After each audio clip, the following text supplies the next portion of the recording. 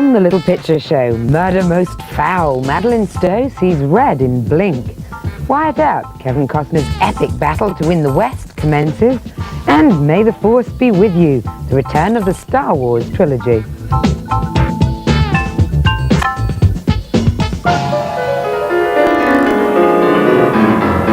Hello. Having done reasonably well on its theatrical release, the sexy thriller Blink, starring Madeleine Stowe and Aidan Quinn, finally arrives on video. My opinion will, I'm afraid, be biased, because I'm a huge fan of both actors, but that aside, I'm sure anyone who enjoys having the pants scared off them won't feel cheated by this well-directed chiller. Madeleine plays Emma Brody, a sexy fiddler in a Celtic rock group in Chicago.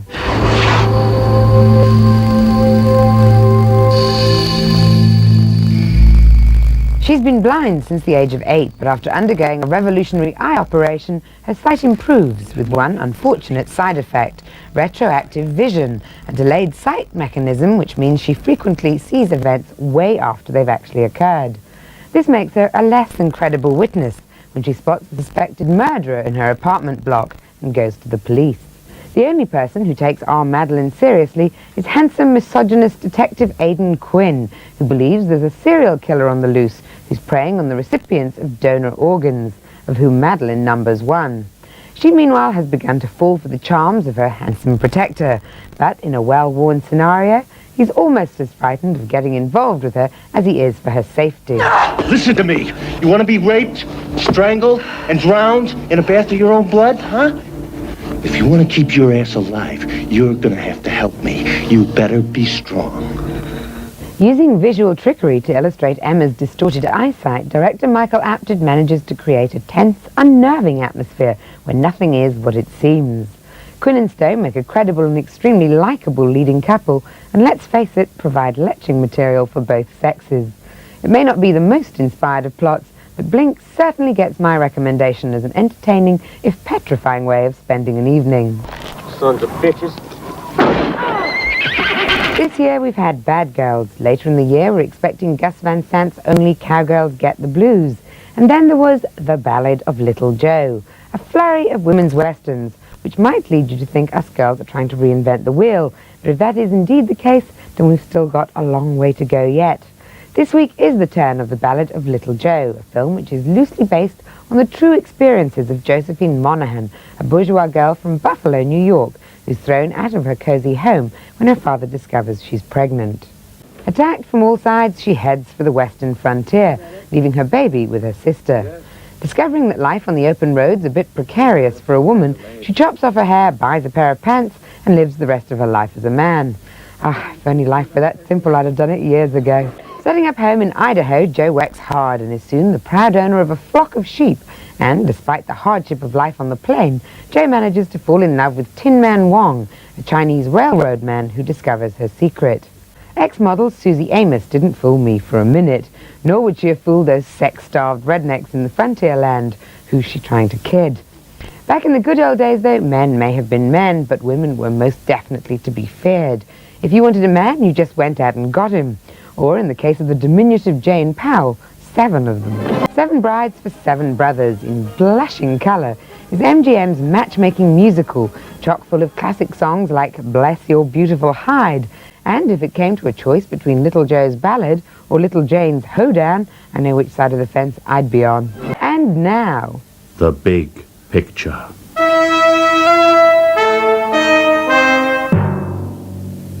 Kevin Costner returns to the Wild West this week as he takes over where Kurt Russell's Tombstone left off in this, the latest adaptation of Wyatt Earp's life, called, strangely enough, Wyatt Earp. Much less of a slam-bam action film than its predecessor, this is more of a sprawling epic as we join Wyatt just before the gunfight at the OK Corral and then get taken back to his days as a nipper. Born into a strict household presided over by the authoritarian Pa Earp, Gene Hackman, Wyatt leads a true all-American boy's life. Marrying his childhood sweetheart Orilla, things are looking great for him until typhoid comes calling and Orilla dies. Distraught, Wyatt goes off the rails, and only old Dad can help. A hardened man, Wyatt becomes a loner until he ends up as a lawman in Dodge City, joined by his brothers, They vow to clean up the streets, and of course Wyatt meets the other major person in his life, Doc Holliday, played with relish by Dennis Quaid. The rest, as they say, is history. What Wyatt Earp has in its favour is its widening of the subject matter, giving a much greater insight into the life of the legendary lawman. Its all-star cast acquit themselves finely, and Lawrence Kasdan's direction is meticulous and exhilarating. However, at over 3 hours long, it could have benefited considerably by the removal of 40 minutes excessive padding. That said, it beats Tombstone into a cocked hat.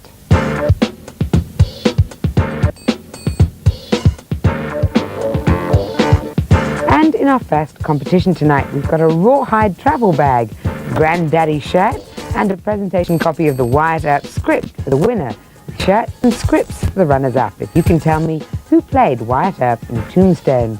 Was it A, Dennis Quaid, B, Kurt Russell, or C, Val Kilmer? Just phone in on 0891 66 5566. Thank God for the Coen brothers, who continue to prove that Hollywood isn't completely bereft of original and inspired filmmakers. Their latest, the Hudsucker Proxy, definitely qualifies for the must-see list, with its quirky story and fabulous cast of Tim Robbins, Jennifer Jason Leigh, and Paul Newman. Robbins plays Norval Barnes, an unwitting pawn in the hands of conniving businessman Newman, the vice president of Hudsucker Industries. Head honcho wearing Hudsucker has just plunged to his death, and in the absence of a will, his fat majority shareholding is up for grabs. Determined to convince prospective investors that the company is worthless, Vice Pres Newman promotes Robbins, ex-postroom boy, to chairman, convinced it will only be a matter of weeks before he runs it into the ground. Hudsucker Proxy is the Coen brothers' biggest project to date, responsible for indie classics like Raising Arizona, Miller's Crossing, and the much-lauded Barton Fink. The offbeat duo found a surprising ally for this, their latest project, in none other than action giant Joel Silver. So, has Hollywood's premier indie filmmaking double act finally sold out, or is this the perfect marriage of brain and brawn? How does your partnership actually work? Because I wondered if having Joel Silver around didn't mean that you had less to do, because you're the producer, aren't you? Yeah. Do you know what I mean? I mean, you didn't get another director in, but Joel was kind of in there in a production way. Or does it not work as specifically as director and producer? First of all, yeah, it doesn't. In fact, I mean, what me and Joel do is sort of kind of indeterminate and very sort of fluid. But Joel Silver's function in the movie was he was really he was kind of the studio. I mean, he's the one who got the money, half of the money from Warner Brothers. It was a co-production team, Warner's in working title here. And he was somebody we dealt with rather than having to deal with this whole sort of studio bureaucracy, and he was really helpful.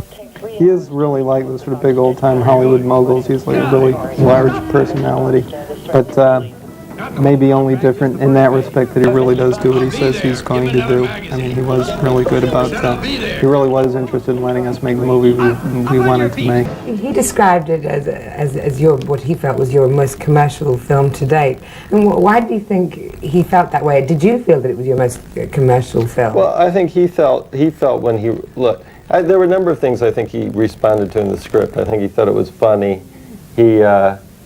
He's very sort of passionate about architecture and design, and it's a very sort of design-oriented movie, so he, I think, responded to that. And I also think that he felt it potentially was a more commercial movie than we'd written in the past.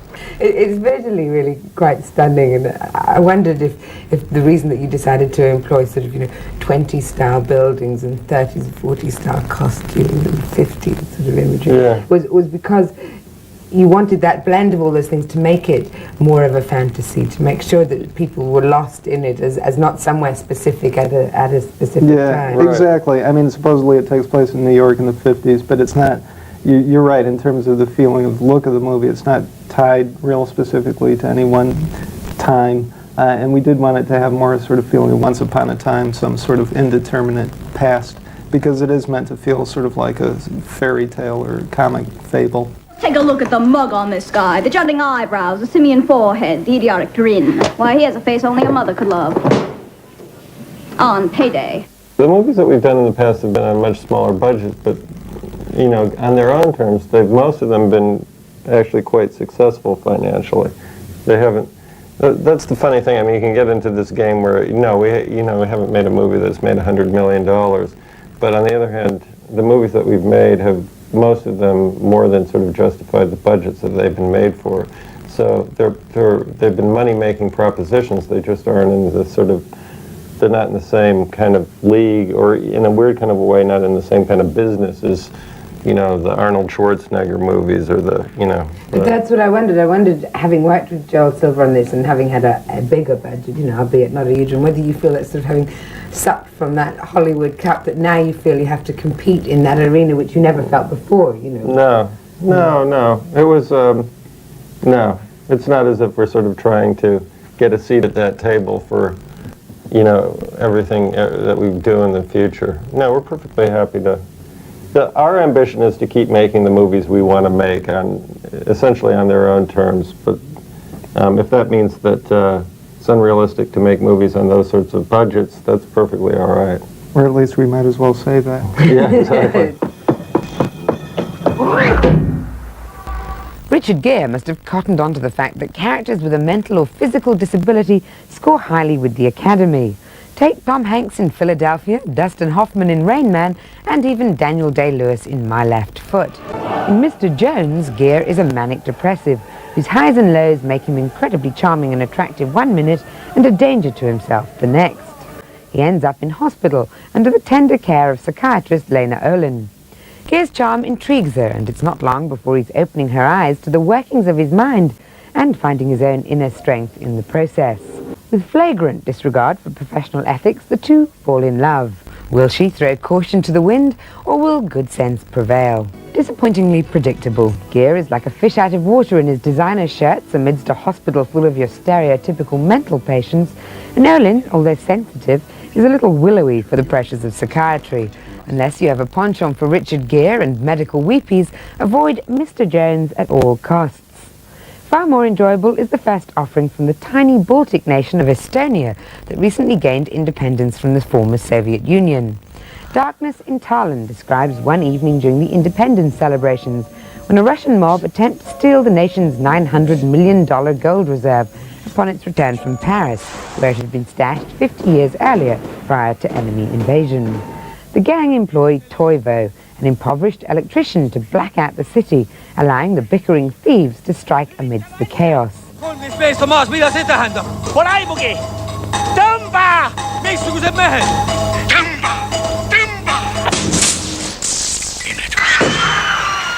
Meanwhile, Toivo's pregnant wife prematurely gives birth as Tallinn is plunged into darkness. She's losing strength, and without power, the baby's incubator cannot work. As Toivo realizes the consequences of his handiwork, it's a race against time to restore the current, to save his family and the nation's future prosperity. Darkness in Tallinn is a modest but cracking little thriller. If this is a taster of what's to come from the New Republics, it's certainly an auspicious start. In part 2, the new wave of horror with Mariano Baino's Dark Waters, the return of the Dark Knight in Batman Mask of the Phantasm, and they're back. Luke Skywalker and Princess Leia join their other worldly friends in Star Wars. See you then.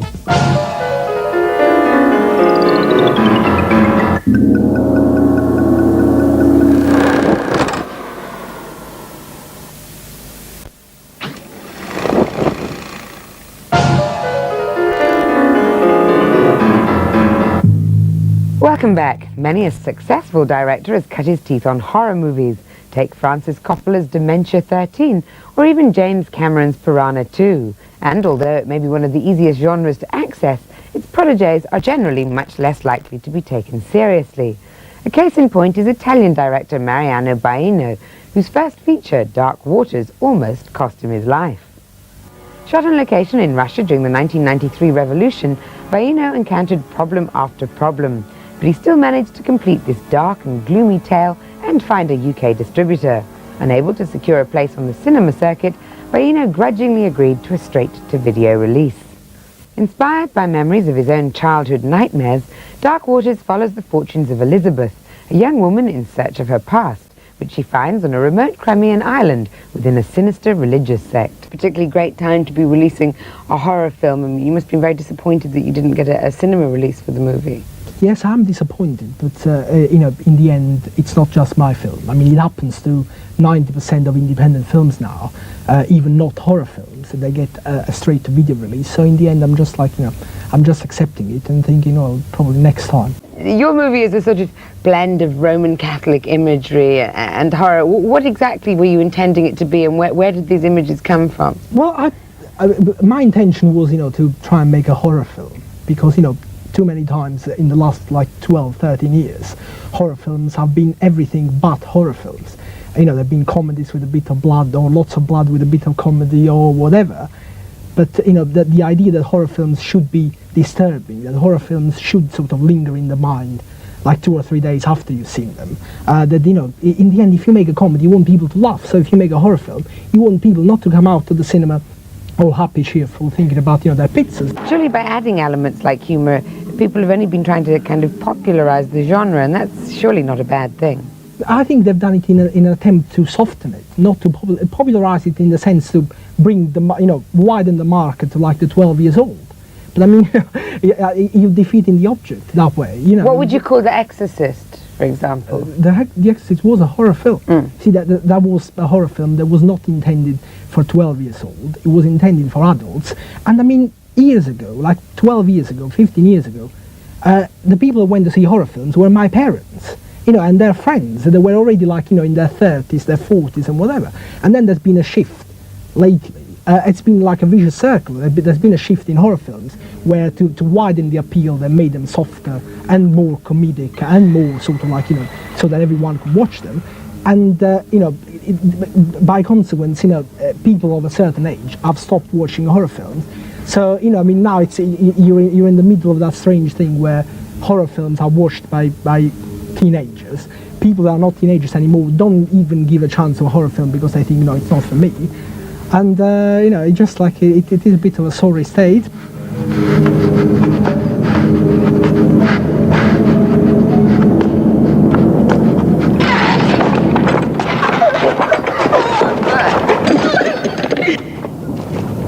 Come down, it's me, Sarah. Where's Sarah they killed? Who are they? The nuns, they killed Teresa. Better move. So you think that horror's sort of fallen off the rails, but slowly, bit by bit, is getting back on track now? In a way, you see, it is happening. The disturbing thing is that because it's happening with big budget things, then they must make a huge effort not to call them horror films. So, you know, you get Dracula, and it's the biggest love story ever told, and you think, Dracula, sorry, you know, it wasn't about vampires once. And, you know, you get Wolf, and, no, it's not a werewolf movie. I'm sorry, does he change into a hairy beast? Yes. So, you know, it's a werewolf movie. But, you know, in the end, horror films are there already. But, I mean, there's been this thing, because everyone is scared of saying it's a horror film, because horror films at the moment are associated with what we were talking about, you know, Freddy and whatever, they can't do it. You know, I mean, if Silence of the Lambs was a horror film, and it won the Oscar, and when you tell people, they say, but it wasn't a horror film, excuse me, you know, about the serial killer who was a cannibal, you know, it wasn't a horror film, it was.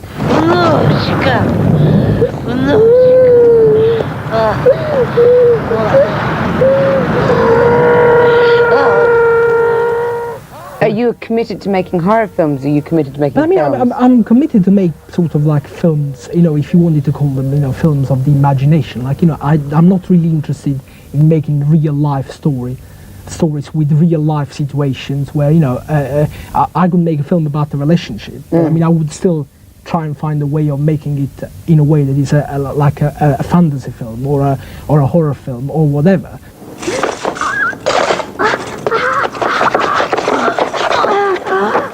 From dark waters to the dark night now, and for those of you eagerly awaiting the release of Batman Forever, perhaps I could interest you in the full-length animated adventure Batman Mask of the Phantasm, based on the hugely popular TV cartoon adventures. Batman's latest adversary is the Phantasm, an evil vigilante dead set on ridding Gotham City of its mob bosses. With the underworld crumbling about his ears, Bats gets the blame and has to try and bring the Phantasm to justice. Also, just to make his life more difficult, old flame Andrea returns to Gotham City, and Batman is torn between his love for her and the promise he made to his dead parents to fight the never-ending war against crime. And who should turn up to help Gotham's dwindling mob population but arch-enemy, the Joker. With its dark setting and bold animation, Mask of the Phantasm makes a refreshing change from the exploitative tales from manga, which are fast becoming our staple animation diet these days. Live-action manga, on the other hand, is a completely different story. Based on the popular Japanese strip cartoon comes Guyver, Dark Hero, the continuing adventures of Sean Barker, a normal bloke who has within him an alien life form, the Guyver. In times of trouble, the Guyver within pops out to take control of his body and fight for the forces of good. The Guyver unit comes packed in a handy Samsonite briefcase, which the evil Kronos Corporation are after. But are their rubbery green monsters any match for our biologically boosted beefcake?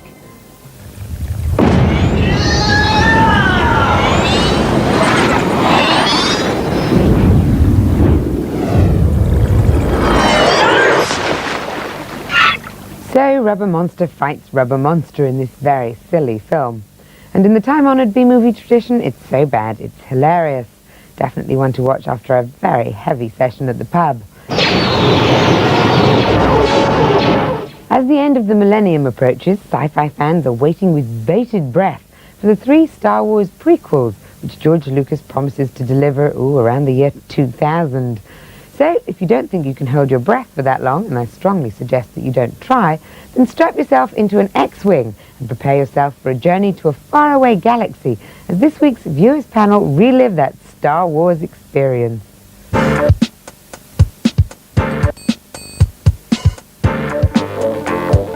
My name's Adam. My name's Neil. And we're here to review the classic Star Wars trilogy.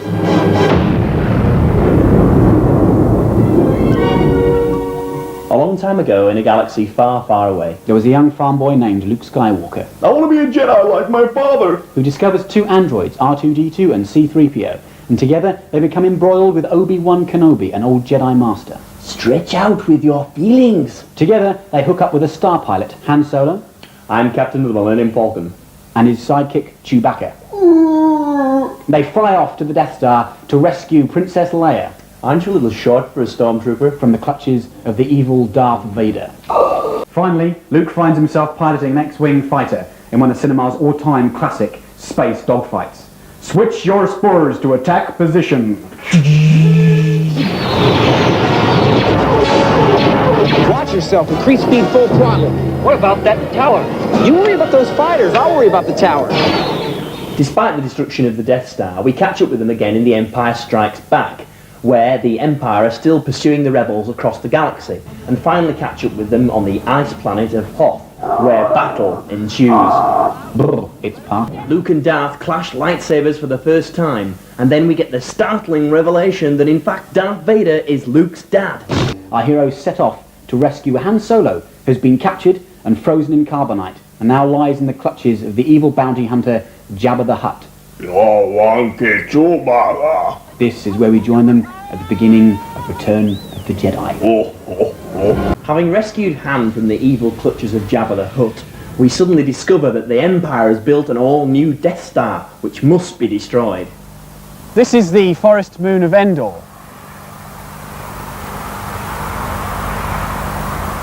Honest. This is where the rebels attempt to lower the shield which is guarding the new Death Star. But, oh no, they're captured by stormtroopers and their evil ways. But, as luck would have it, they are rescued by small furry animals.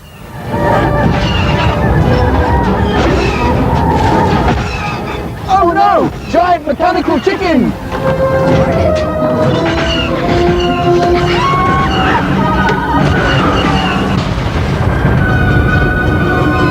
These films are absolutely fabulous. They can be enjoyed from 7 through to 70 and way beyond. Star Wars is the only film I can watch for the several hundredth time and still enjoy. Absolutely. If you haven't collected the Star Wars figures, you haven't lived. These films are brilliant. Star Wars, 11 out of 10. Empire Strikes Back, 10 out of 10. Return of the Jedi, brought down a little by those little furry animals, 9 out of 10. How can you give something a mark out of 10 if it's changed your life?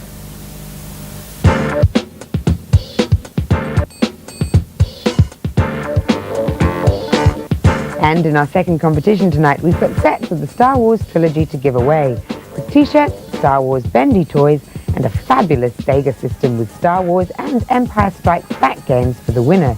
If If you can tell me, what is the name of George Lucas's special effects company? Is it A, Industrial Light and Magic, B, Digital Domain, or C, Image Animation? Phone in on 0891 665566, and may the force be with you. The period between Star Wars and The Empire Strikes Back was a crucial time for Harrison Ford. His career could have gone the way of Luke Skywalker, God forbid, or shot to stardom, which thankfully for Hollywood he did. 1979's The Frisco Kid was to pave the way for Indiana Jones and subsequent fame and fortune. Set in the Wild West, Ford plays a young bank robber who meets up with a rabbi, Gene Wilder, who's got lost on his way to San Francisco. Hardly surprising, since his knowledge of American geography consists of thinking San Francisco is near New York. Since Ford isn't the hardened robber he's cracked up to be, he decides to guide him to the West Coast. This is certainly not a side-splitting comedy, but there are laughs to be had, mainly from Wilder's charming performance as the rabbi, and Ford provides a great foil as well as a fair portion of the action. For Ford enthusiasts, this film certainly won't disappoint, though I'd not go out of my way to see it again. In Part 3, the wonderful world of Powell and Pressburger, from A Matter of Life and Death to The Red Shoes. A smorgasbord of international cinema from India to Spain, and classic Peter Greenaway in The Draftsman's Contract. Join me then.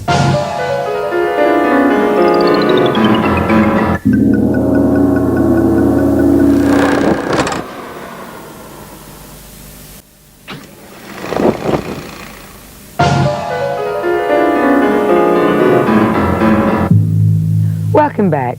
If there's one film partnership to beat them all, it has to be the Michael Powell-Emmerich Pressburger collaboration. Between 1939 and 1956, from The Spy in Black to The Battle of the River Plate, Powell and Pressburger put their inimitable stamp on a series of films that were to influence a generation of filmmakers. Pressburger died in 1988, Powell in 1990, leaving a legacy of magical movies but a gaping hole in the film industry.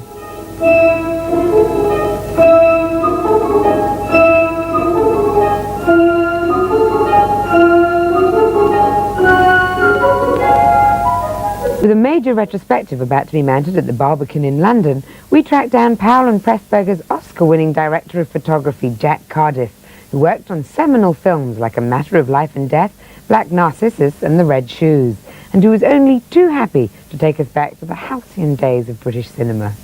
I was doing second unit for Colonel Blimp, and I had a difficult shot to do, because, you know, with second unit inserts and things, you do all the things that are sort of nothing, like a visiting card or a cigarette going into an ashtray. It's a very dull existence. But on this occasion I had a whole wall with the heads of animals, horns and things, you know. And it was difficult because it made multiple shadows all over the wall. And but I had time to do it, you know. On second unit you can take a lot of time. So I'd done a pretty good job on these horns, and I suddenly heard a voice behind me saying, "Very interesting, very interesting." So I looked round, it was Michael Powell, the great Michael Powell, you know. Because in those days he had tremendous authority, and he was looking at it like this, you know, and he said, would you like to photograph my next film? Telegram to my mother, Mrs. Michael Carter, 88 Hampstead Lane, London, Northwest. 88 Hampstead Lane, London.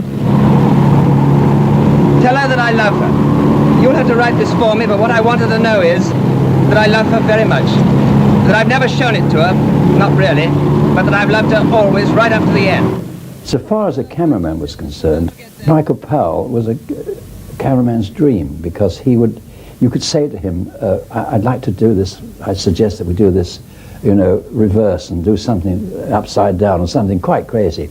He'd say, I like it, do it, you know. He'd never say, well, and I've had work with a lot of directors who have said, well, let's play it a bit safer, let's let's make a compromise, you know, but he would say, go ahead and do it.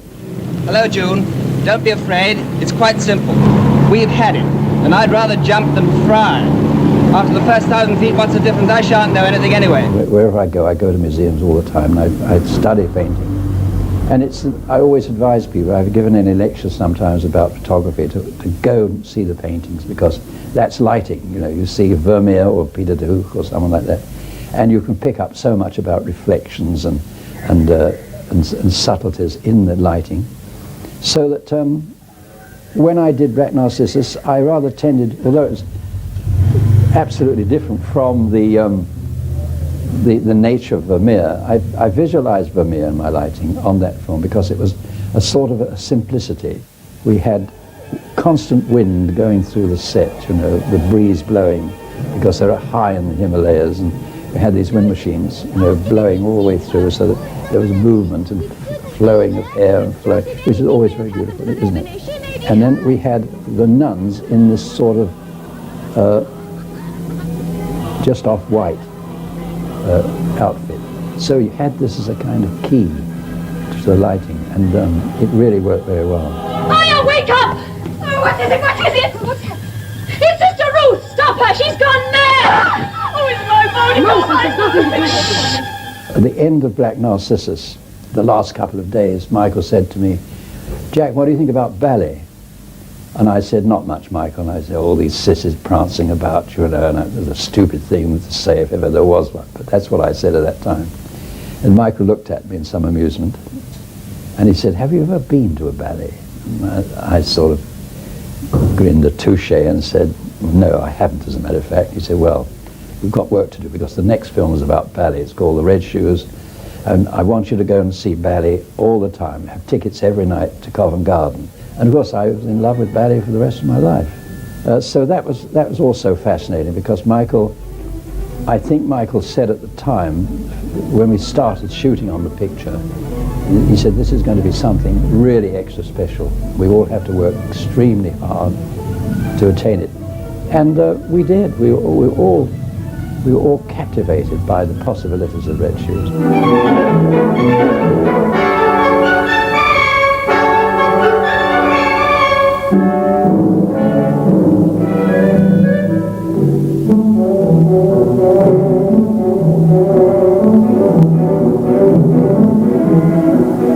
There are so many directors leaving legacies. Hitchcock left a legacy, didn't he? Of drama, and one obviously a lot of directors have taken him very seriously, and Powell and Pressburger left a certain legacy of excitement. People who see those films must get the excitement that they put into them. I think so.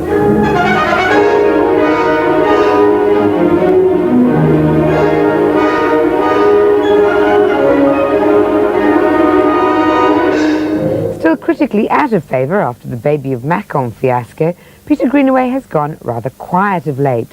But tripping stealthily out onto video comes his 1982 feature, The Draftsman's Contract. Anthony Higgins is the draftsman of the title, a lucky man who's been commissioned to make drawings of a country house in exchange for sexual favours from the mistress. It's not long before the daughter of the house also comes calling. It seems she too has need of the draftsman's services. In fact, everyone in this elegant little drama has their own agenda, largely sexual, I have to say. But when the estate owner is found dead in the fountain, the ugly finger of suspicion points to our arrogant artist. As with all Greenaway's work, The Draftsman's Contract looks fabulous. The attention to detail is impeccable, and it's wonderfully complemented by Michael Nyman's superb soundtrack. An intriguing comedy of manners with a decidedly vicious streak, it's probably one of Greenaway's most accessible pieces. To have beaten the wonderful Farewell My Concubine to Best Foreign Film Oscar this year is no mean feat, but that's exactly what happened with Spanish film Belle, Epoque, a charming, languid story. The movie traces the adventures of young Fernando, an army deserter. It's the summer of 1931 and a civil war is brewing. Not that that bothers our young hero unduly, since he's taken refuge with an eccentric artist who's just been joined by his quartet of beautiful daughters.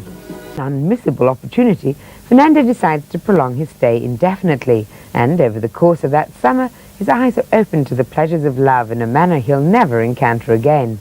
Hence the movie's title, Belle Epoque, a beautiful era. Despite its charming story and rather lovely realization, I must admit I was disappointed by the movie's content, or rather lack of it. Fernando proves to be a rather unappealing and uncharismatic young man, while the sisters have a lot more to offer than we ever get the chance to witness on screen. To be a voyeur while this young man goes about his coming-of-age adventures was not enough to engage me, and how it managed to beat the excellent excellent competition is beyond me. Those judges need their heads examined, but we knew that already.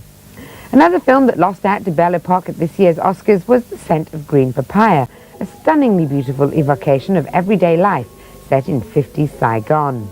With the war element reduced to the odd plane noise overhead, the film is able to concentrate on the gentler side of life, and in particular, the growing pains of young Mui, a country girl who finds employ in a house in town, where she's terrorized by the younger son. Having lost a daughter in childhood, her mistress looks upon Mui as the daughter she should have had.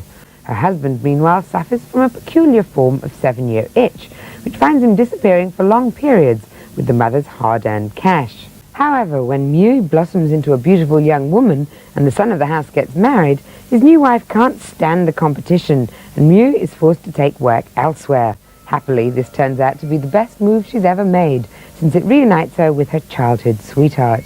An absolutely stunning film. Hypnotic music, dazzling culinary displays, and underplayed emotion make The Scent of Green Papaya a sensory delight.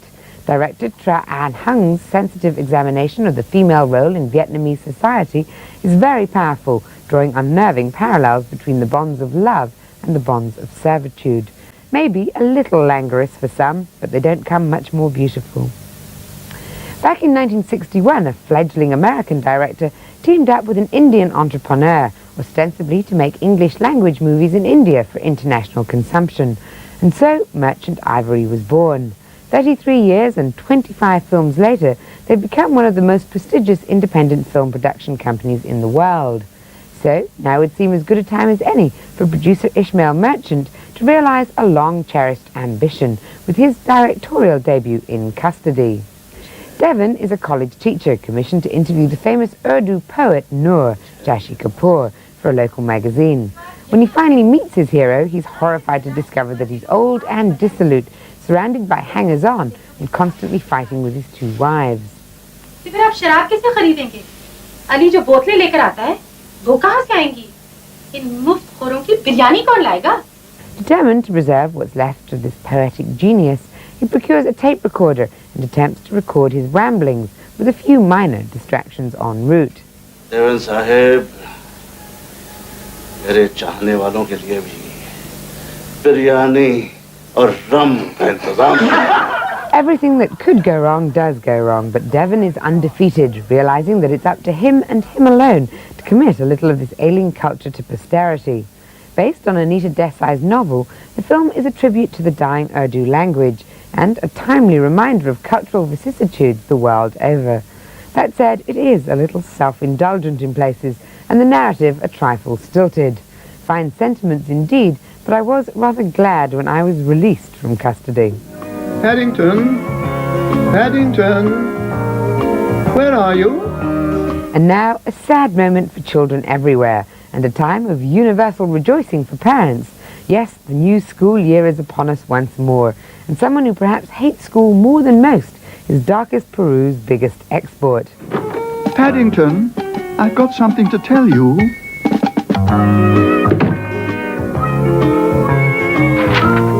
You have to go to school.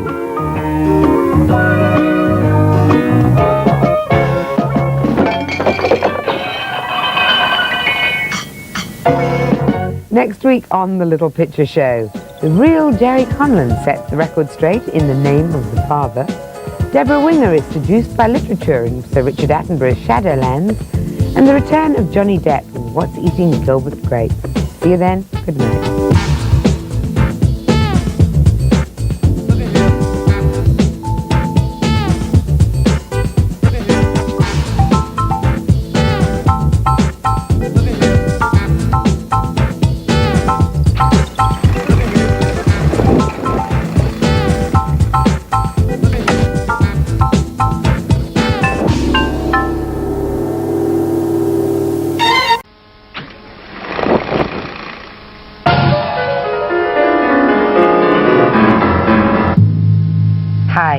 In the time-honoured tradition of killer creature flicks like The Swarm, Piranha and Arachnophobia comes Ticks, a creepy-crawly, crunchy movie about the perils of messing with nature.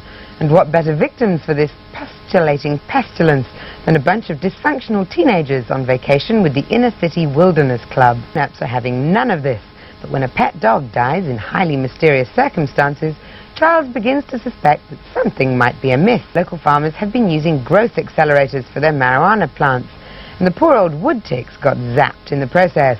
But hey, the kids are okay. In fact, everyone returns to the city much richer for their life-affirming experience. Didacticism doesn't come much worse than this. And now, gremlins be gone, because it's time for this week's Top 10 chart.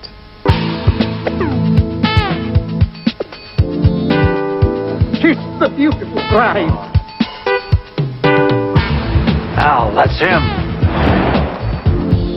This place has given us a life. I'm somebody. I'm special. It's like 26 states. Between here and there, now that's a sign. Whose side are you on anyway? Yours. Just do it. This time I go first.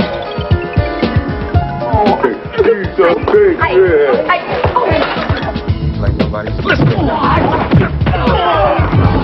You mess with my kids, I'll show you irrational. Get out! Get out on your team! Right now!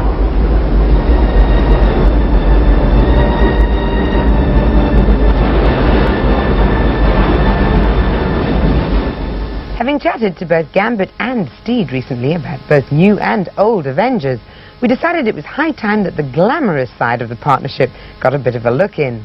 Cue Linda Thorson, the third Avengers girl, and the one they perhaps unfairly call the Forgotten Avenger. Rig an unbearably hard act to follow, or had the old-style Avengers simply run its course? I caught up with Linda Thorson at the Museum of the Moving Image on London's South Bank.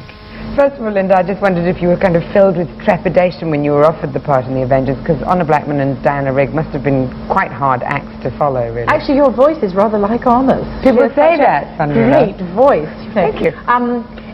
Well, in fact, ignorance was bliss, because I had no idea. I was a starving student with no telly, and so I hadn't seen the Avengers. I'd heard that it was a program with a man with a bowler hat and an umbrella and a girl who did judo and karate. But then I was very trepidatious for about a year, because we filmed 8 episodes before it went on the air. So at that point I had no idea whether I'd be acceptable, and I actually got letters saying, "You're going to contemplate. I mean, how could you ever think you could replicate the part of Emma Peel? I mean, take her place." And so then I was nervous, and I was very pleased when it went on and people thought I was okay. You go about creating Tara, because she was obviously a completely new character for the series. She was a new character, and I think it was worrying for Patrick, which I was perceptive about that, in as much as anyone is perceptive at the age of 20. And I thought that he imagined he would have to adapt to this sort of avuncular air, because I was so young and I'd been chosen as the youngest girl. And so I thought, well, I'll do what I would do, which is, if it was my first job and I'd been trained by Mother and I went out to apprentice and my boss, I answered to John Steed, I'd be in love with him. So I played Tara as if she was in love with John Steed, and Patrick quite liked that, and then it all worked out rather well. I did quite like that. Her whole look and everything, because obviously the other two had, you know, particular looks of their own. Did you get involved in the whole thing? Well, I mean, you know, you remember I was 20 years old and I didn't really know how to get involved. You're thrilled to have a job, I was thrilled to have a job. I was absolutely chuffed. And they chose me from 200 girls and then changed everything about me. So, in other words, instead of choosing a very lean blonde, they chose me, who was a rather soft-tick brunette, and then changed me to sent me to a health farm to lose weight, changed my hair, peroxided it blonde and all sorts of things. And then they wanted me to be sort of pink and frou-frou and have a brick in my handbag, which I hit chaps with, as opposed to sort of stunning them with judo and karate blows. And so after they had confidence in the fact that I wouldn't be too like Diana, they reverted and they let me go back to my own hair colour and go. So my input was really that I was missed, because I thought, hello chaps, wouldn't it be better if it was Miss Tara King, who stayed overnight maybe and made John Steed's tea in the morning? Especially if you were going to flirt with Steed, really. You know, as opposed to perhaps having a husband in Africa, as Emma Peel, Diana Rigg did. It turned out that he turned up and was very witty, you know, had his Bentley and his bowler hat and umbrella. And then I wanted to be Tara from my favourite film, Gone with the Wind, so I had that input. And then King was King and Country, I loved it, and I still like the name. So I had that input, but very little else.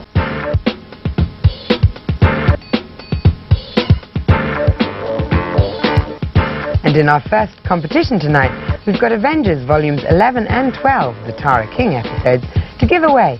And there's a fabulous Avengers box set and polo shirt for the winner. If you can tell me which female Avenger also played Pussy Galore. Was it A. Linda Thorson, B. Diana Rigg, or C. Honor Blackman? Phone in on 0891 66 5566 for a date with the Avengers.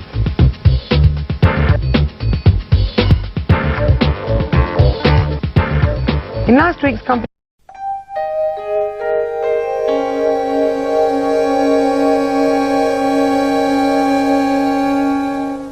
at 3 Nightbeat looks at the top video hits in the ITV chart show. But now, Mariella Frostrup reviews the latest film releases on video in the Little Picture Show.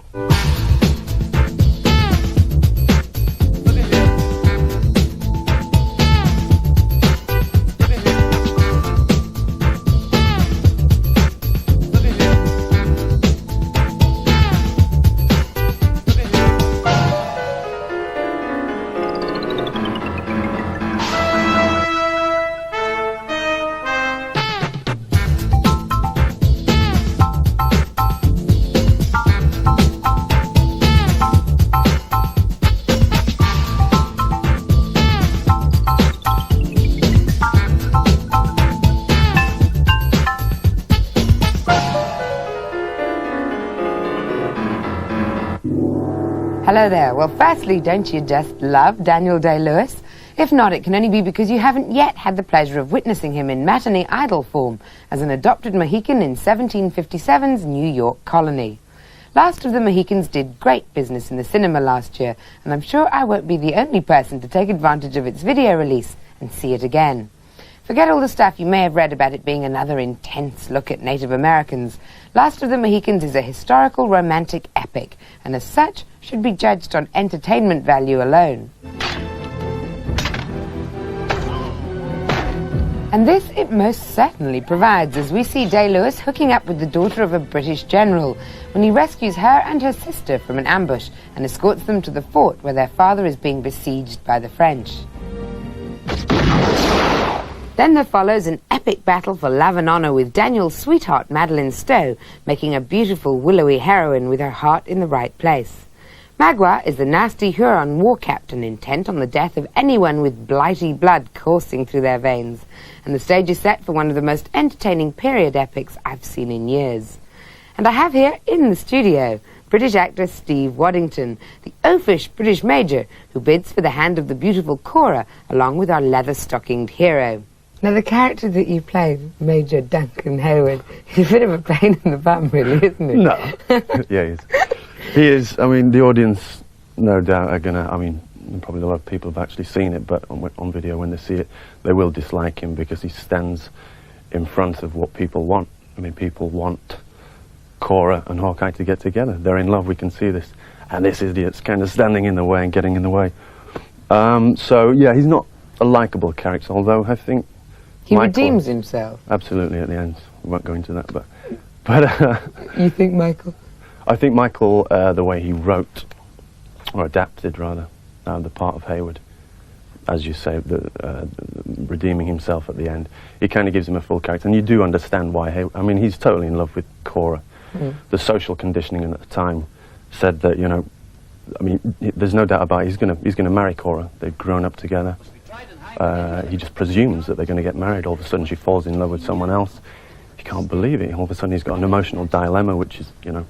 alien to him. Absolutely. Did you have to go and sort of train with the army or do anything like that? Yeah, first we went to Alabama, Daniel and myself and the 3 Central Indians, Eric, Russell and Wes. But that was to train for like guerrilla warfare or something, wasn't it? And we were firing live ammunition and, you know, rowing the boats and climbing, horse riding, sword work and everything. It was very intense, very good, great education. How long did you spend training for all those things? I did 2 weeks. I think Daniel was training about 6 months, probably a lot more than that actually, because he was working out and getting this great physique together, which he achieved. Lucky you didn't have to, because you just wore a uniform throughout. That's right, I could get away with it, you know, I could drink and eat and do anything. Daniel had to kind of bear his... Was it actually a really enjoyable film to make? A lot of people didn't have a great time on it because it was quite grueling. The locations were difficult. I mean, there were edges of cliffs over here if you weren't careful. You know, there's all sorts of things to look out for, snakes, the wildlife. But I love that. I mean, for me, it was an adventure in itself, you know. I'd love to make another action-adventure movie because you do, I mean, everything you have to contend with in the film, you actually have to do it, you know. There's no, although some of the stunts, most of the stunts are performed, I mean, the very dangerous ones are performed for you. But you do have to do a lot of it yourself. I love all that, personally. I think it's fair to say that you haven't really been that lucky in terms of your women, or in fact your life in the movies you've made so far. Do you think this is going to be a sort of recurring problem for you? I hope not. I don't know, it's strange. I've been killed in everything I've done, more or less, you know. And have I got the girl? I've never had the girl. Get me a part where I can get the girl and just survive. I just want to survive. It's a tragic tale. The man, he just wants a nice girl and he wants to live through a film. One of any directors watching, please, Yeah, Steve Waddington, thank you very, very much. Pleasure, thank you. Stay alive, no matter what occurs. I will find you. No matter how long it takes, no matter how far. I will find you.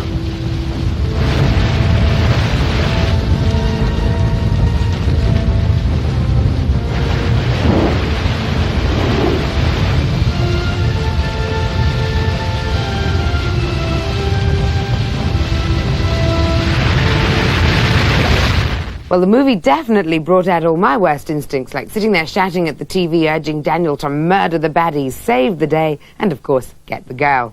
Last of the Mohicans is exciting, riveting, and thoroughly enjoyable. In fact, after the show, I'm off home to watch it again.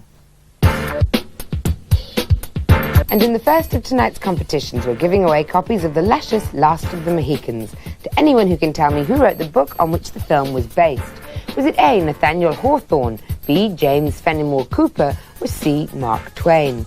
Bring your answers in on 0891 66 4455 and you'll come up against some stiff competition from me. And now on to last week's competitions. Firstly, you all knew that Forever Young is Mel's latest movie at the cinema, so these 10 winners get Loaded Weapon t-shirts.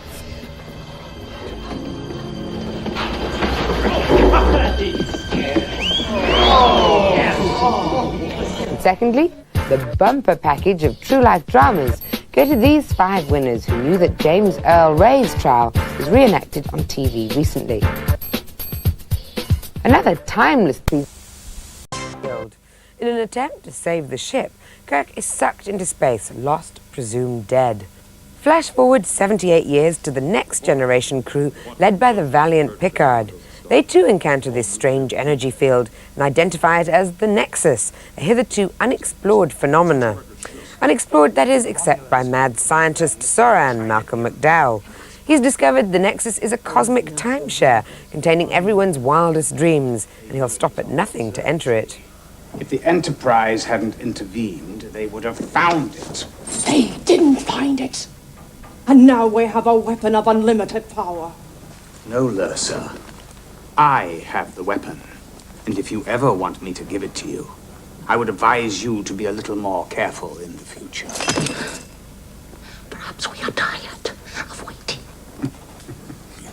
Without my research, the trilithium is worthless. As are your plans to reconquer the Klingon Empire. Picard ventures into the Nexus to try and stop Soran and is plunged into his perfect world, a recreation of happy families on Earth. Resisting the temptation to stay, he ventures further and bumps into, you guessed it, Admiral James T. Kirk. Together they team up to try and foil the plans of the evil Soran. Come back with me. Help me stop Soran. Make a difference again.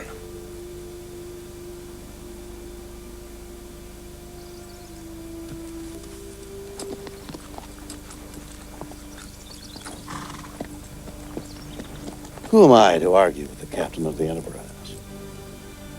What's the name of that planet? Viridian 3? Yes. I take it the odds are against us and the situation is grim. You could say that. You know, if Spock were here, he'd say that I was an irrational, illogical human being for taking on a mission like that. Sounds like fun. This is typical Star Trek, but I'm afraid even fans will be a touch disappointed. This supposed swan song for the original crew is sadly lacking in Most of the original crew, actually, and looks for all the world like 2 episodes of Next Generation simply bolted together with a guest appearance by William Shatner. I'm no great Star Trek fan, but I would have loved to have seen the old Enterprise crew go out in a blaze of glory. Instead, it's a whimper, not a bang. Open sesame!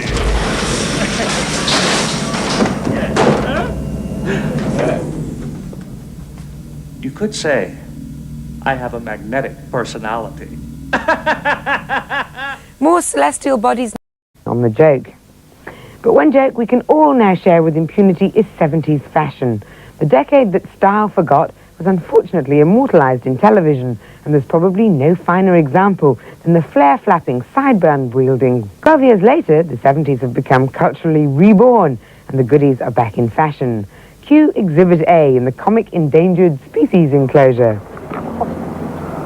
Always in Hospital. Mind you, that was 24 years ago. 24 years. So the first programmes went out on television, and what a smash they were, 24 years ago. If you were looking at those programmes to date in, would you say they'd aged? No, I'd say they'd matured. You'd say they matured, Like yeah. a good wine. Oh, I like a good wine. All right. Yeah, should we both? Yeah. Would you say was the Goodies' contribution to British comedy? I think in the form of what we did, which again was one of the differences from Python. Python were doing sketch humour, silly humour if you like, wacky surrealist, call it what you will, and we added to that the half-hour storyline, and I think in practical terms that is actually possibly our main contribution, which not many people has taken up. It was probably a bloody awful idea, so nobody took it up.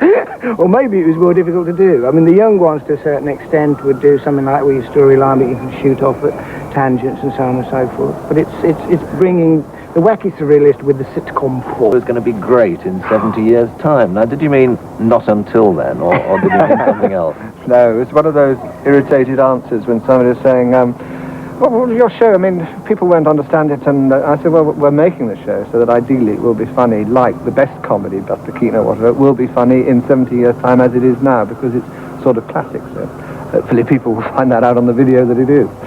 We won't be around to know, really, will we? But I mean, if you think some of the things we sent up, which were topical, like Jaws and Close Encounters, I mean, they've both been on the telly in the last couple of months, haven't they? Yes. In fact, people like Nicholas Parsons and Tony Blackburn. Still around. Been on the telly in the last couple of months. Yes. Why are these Goodies videos coming out now? Why now? You might well ask. I mean, we have.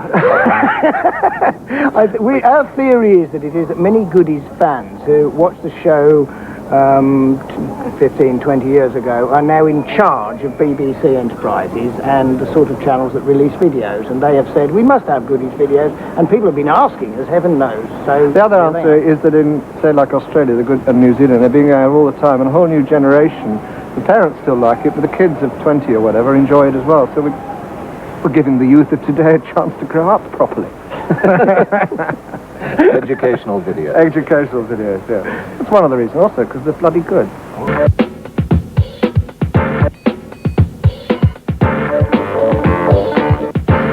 And in our second competition tonight, we've got Goodies t-shirts and videos to give away. If you can tell me, what was the famous Goodies dance?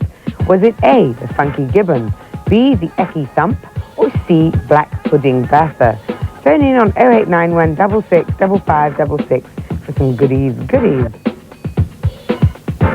Where eagles dare, on the other hand, to the ultimate crime, that of conceiving a second child. Brennick is captured and given the maximum sentence, life in the fortress, a 30-story prison buried deep in the Arizona desert. Life in the fortress is hellish. Inmates are fitted with intestinators, devices which cause pain or death if the rules are broken, and the whole operation is presided over by a terribly evil warden. Brennick discovers that the rule of thumb is kill or be killed. Amongst all this, Brennick discovers his wife is not only in the same prison, but is being forced to be the warden's concubine. So it's time to start thinking of rescuing her and escaping from the fortress forever. Thus Brennick and a few other cons work out how to get rid of their intestinators and raise a bit of hell en route. The violence is way over the top, and there's a total lack of any suspense or excitement. Lambert seems to be going through the motions, and all in all it looks like it was as much of a waste of his time as it will be of yours if you watch it. And now... The big picture!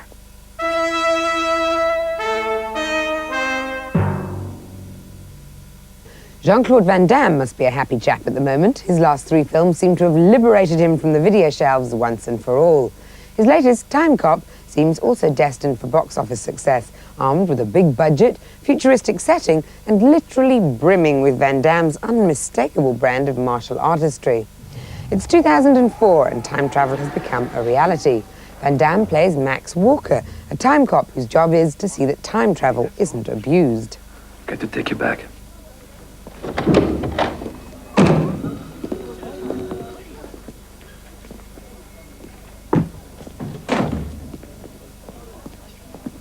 I went 10 rounds with John L. Sullivan himself.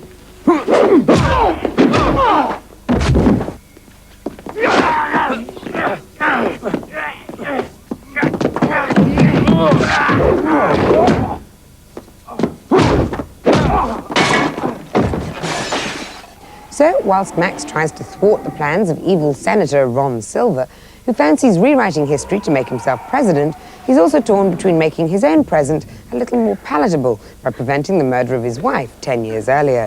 Who are you? It's me. Look, it's Max. Max? What happened? I can tell you right now. We have to go. Trust me. Trust me. It has a nice touch of romance and sadness into it, and a change of character when you have the young Walker, myself, and then later on the old Walker. He's a different type of guy, and he's trying to get out of it. It's impossible. So as a coincidence in the film, it will connect later in the past. I was sad, I was strong, melancholic, and the young Walker was like a happy camper, so I was able to show more emotion than what I've done in the past. Oh my God. It's me. It's Max. I can't believe this. Try. What am I like 10 years from now? Just like now. Perfect. Acting to me, it's acting, and I've learned lots of books about acting the last couple of months, and you've got the inside. I mean, you've got your emotion. You can show sadness, fear, depending how serious you're taking your character. But also you have physical acting. I mean, rolling on the floor, getting sick, upset stomach, or getting hit, it's acting because I've got no scars here. Have a nice day.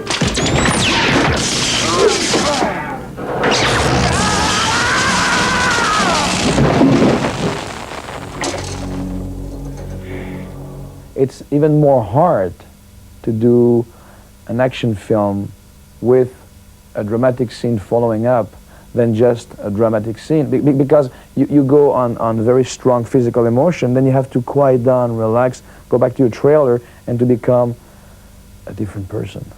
And if you, ask Brando, will tell you the same stuff. I mean, it's like big movie stars, big actors will tell you the same. So it's you know what, we box office. They love our movies, they bang the tickets, that means we're doing something good, I guess. Launch now on full command.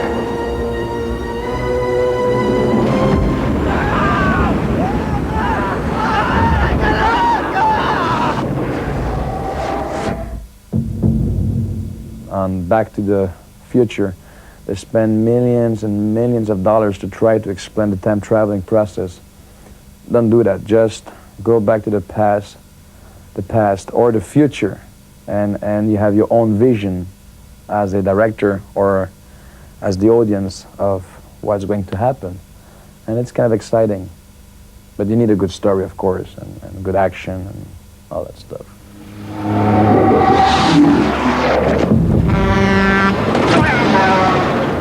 No, I'm working on a movie called The Quest. I will direct in New York, China, Tibet, and Thailand, starting in March. But we have 2 movies now in the can, Street Fighter and Sudden Death. And of course, Time Cop, opening soon.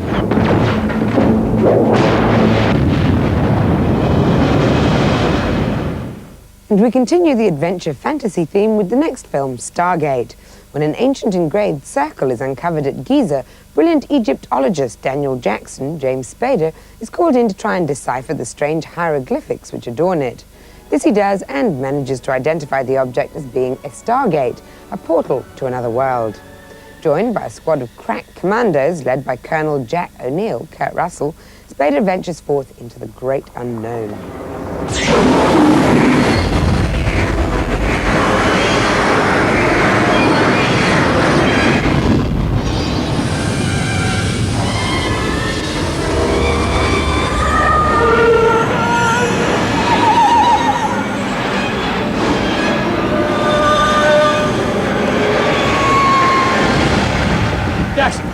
All right, it's over. Traveling through the Stargate, Spader, Russell and Co. find themselves on an alien planet whose inhabitants are enslaved by Ra, the sun god, a despotic alien who resides in a massive pyramid spaceship. Stunned to find the Stargate still works, Ra and his chums seek to repel the invaders and destroy Earth before the same thing happens to them. What is that?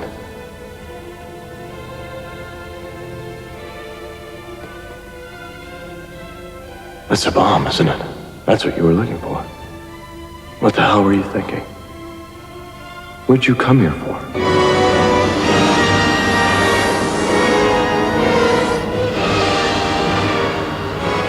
Stargate is simply an excellent film which manages to top any of the summer blockbusters last year. The originality of the story and the engaging performances combine with some stunning special effects to create a truly fantastical adventure. A cross between Close Encounters of the Third Kind and Raiders of the Lost Ark, this is the stuff that escapism is made of. After driving for miles, our determined mother spots a ramshackle shed, which she takes an immediate fancy to. Not having a pot to piss in, or even a window to throw it out of, Ma Lacey's not in the best of bargaining positions, but Mr. Moon, the lonely landowner, takes pity on her and offers her the land in exchange for her labours around his house and nursery. Look at this place. Takes a lot of work. How do I know you won't just up and run off someday? Well, if I did that, then you'd have all that free labor plus your land back. But I'm telling you something, Mr. Moon. If you sell me that land, I'm building me and my kids a house we ain't ever leaving. At least not while I'm still breathing. Life is hard for the Lacey family. It's months before they get windows and even longer before indoor plumbing arrives. But Mother refuses to take charity from anyone. So driven is she by her desire to build her dream house, she completely forgets about the children's needs, the final straw being their first disastrous Christmas. They're presents for our house. Remember? We talked about it.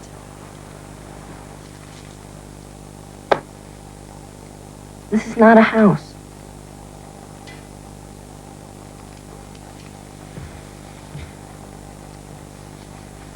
It's not Christmas. More TV movie than anything else, A Home of Our Own sends an outmoded moral message in a curiously half-hearted way. Cynical I may be, but if this is the 60s version of the dysfunctional family, give me the 90s version any day. Also growing up in the 60s were the Sandlot kids, who had an altogether much happier time of it than the Lacey kids. 11-year-old Scotty and his mum and stepdad had just arrived in Salt Lake City. Meeting the local gang, he's introduced to the finer points of baseball, the only problem being he can't catch. Listen to me, Smalls. It's the matter of life and death. Where did your old man get that ball? What? I don't know. Some lady gave it to him. Why? What? Lady? Yeah, she even signed her name on it. Some lady named Ruth. Baby Ruth. Babe Ruth! When one of the boys hits the ball over the fence, Scotty is prevented from retrieving it on account of the huge fire-breathing monster lurking beyond, an obstacle they're all determined to face like men. You gotta get that ball back.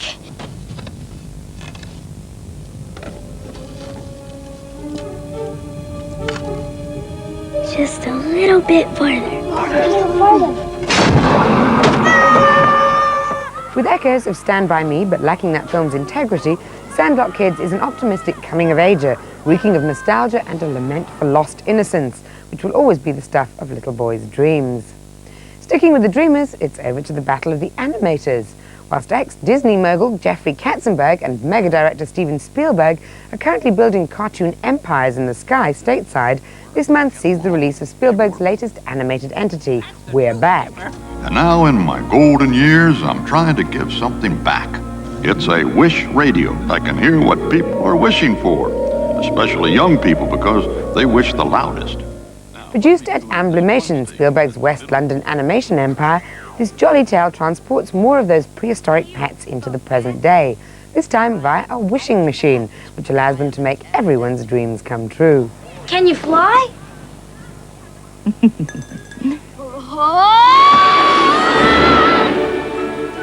get me off of this thing?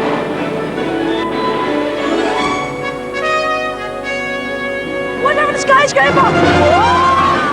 Next, ex-Disney animator Don Bluth breathes new life into an old story with his version of Hans Christian Andersen's Thumbelina. Desperate to find a miniature mate, Thumbelina goes in search of love, which she discovers in the shape of fairy prince Cornelius, who naturally falls head over heels in love with her and asks her to marry him. Let me be your wings, let me be your only love. But before her prince can claim her heart, she's kidnapped by Mrs. Dolores Toad, who wants her to marry her ugly son. No prince hiding behind this frog, I'm afraid. Why don't you just nab this prince and you set up a trap for the girl, using him as the bait? You know, get her to come to you. Escaping her ugly suitor by the skin of her teeth, our pint-sized princess's problems are only just beginning, since simply everyone she meets wants to marry her. Happens to me all the time.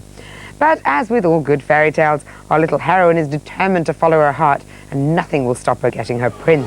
You're sure to do impossible things if you follow your heart. Peppered with songs from Barry Manilow, Thumbelina is a charming and well-executed tale, but it's still not a patch on my favourite, An American Tale. I still think Spielberg and Bluth have got an awful lot further to go before they're ready to challenge Disney's hegemony. Watch this space. You've seen the movie, read the book, bought the shirt, and now there's the audiobook. Yes, look, no hands. You can now listen to Jurassic Park, Clear and Present Danger, Forrest Gump, Interview with the Vampire, and even Kenneth Branagh's brand new bedtime story, Frankenstein, in the car, in the bath, or on your Walkman. It was on a dreary night of November that I beheld the accomplishment of my toils. With an anxiety that almost amounted to agony, I collected the instruments of life around me, that I might infuse a spark of being into the lifeless thing that lay at my feet. Though the audiobook market has been around for some time, it's through movie tie-ins that companies are hoping to ensnare a brand new audience. After all, movie spin-offs have the potential to be bigger than the films themselves these days. Although the UK market is still dominated as yet by the BBC, book and video publishers are moving rapidly into this new area. Take Simon & Schuster, for example, the Paramount-owned company with a ready-made film library at their fingertips. What movies do for audio tapes and books as well is basically give them an enormous amount of marketing muscle and publicity. The marketing budgets on films are absolutely enormous by our standards. We have these tiny little budgets. We can't possibly give a product such a push as something like Forrest Gump or Clear and Present Danger has had. This means that what is an unfamiliar product, very few people, a lot of people are wary about audio. They're slightly snobby about it. But what it does is gives it the crucial familiarity. If they've seen the big posters of Tom Hanks sitting on the bench and they see it on the front of a book or on the front of a tape, that is obviously going to reassure them that this is a genuine article. I just run as fast as I could across the practice football field, and suddenly I seen Coach Fellas sitting up in the bleachers, watching me. We'd run a lot of races before to see how fast we could run, but I get a lot faster when I'm being chased. What idiot wouldn't? The way that these things are cast, often the reader is given the first, the author is given the first refusal.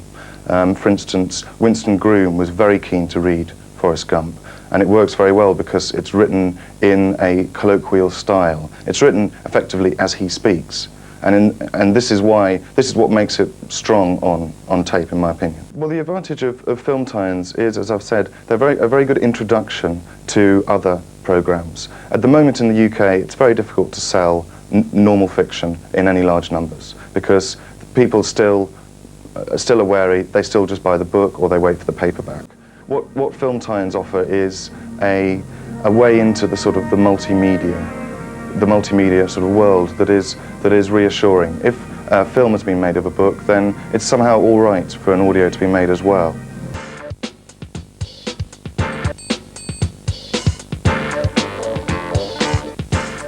And in our second competition tonight, we've got Frankenstein, Forrest Gump, Clear and Present Danger, Schindler's List, and Star Trek, talking book cassettes to give away.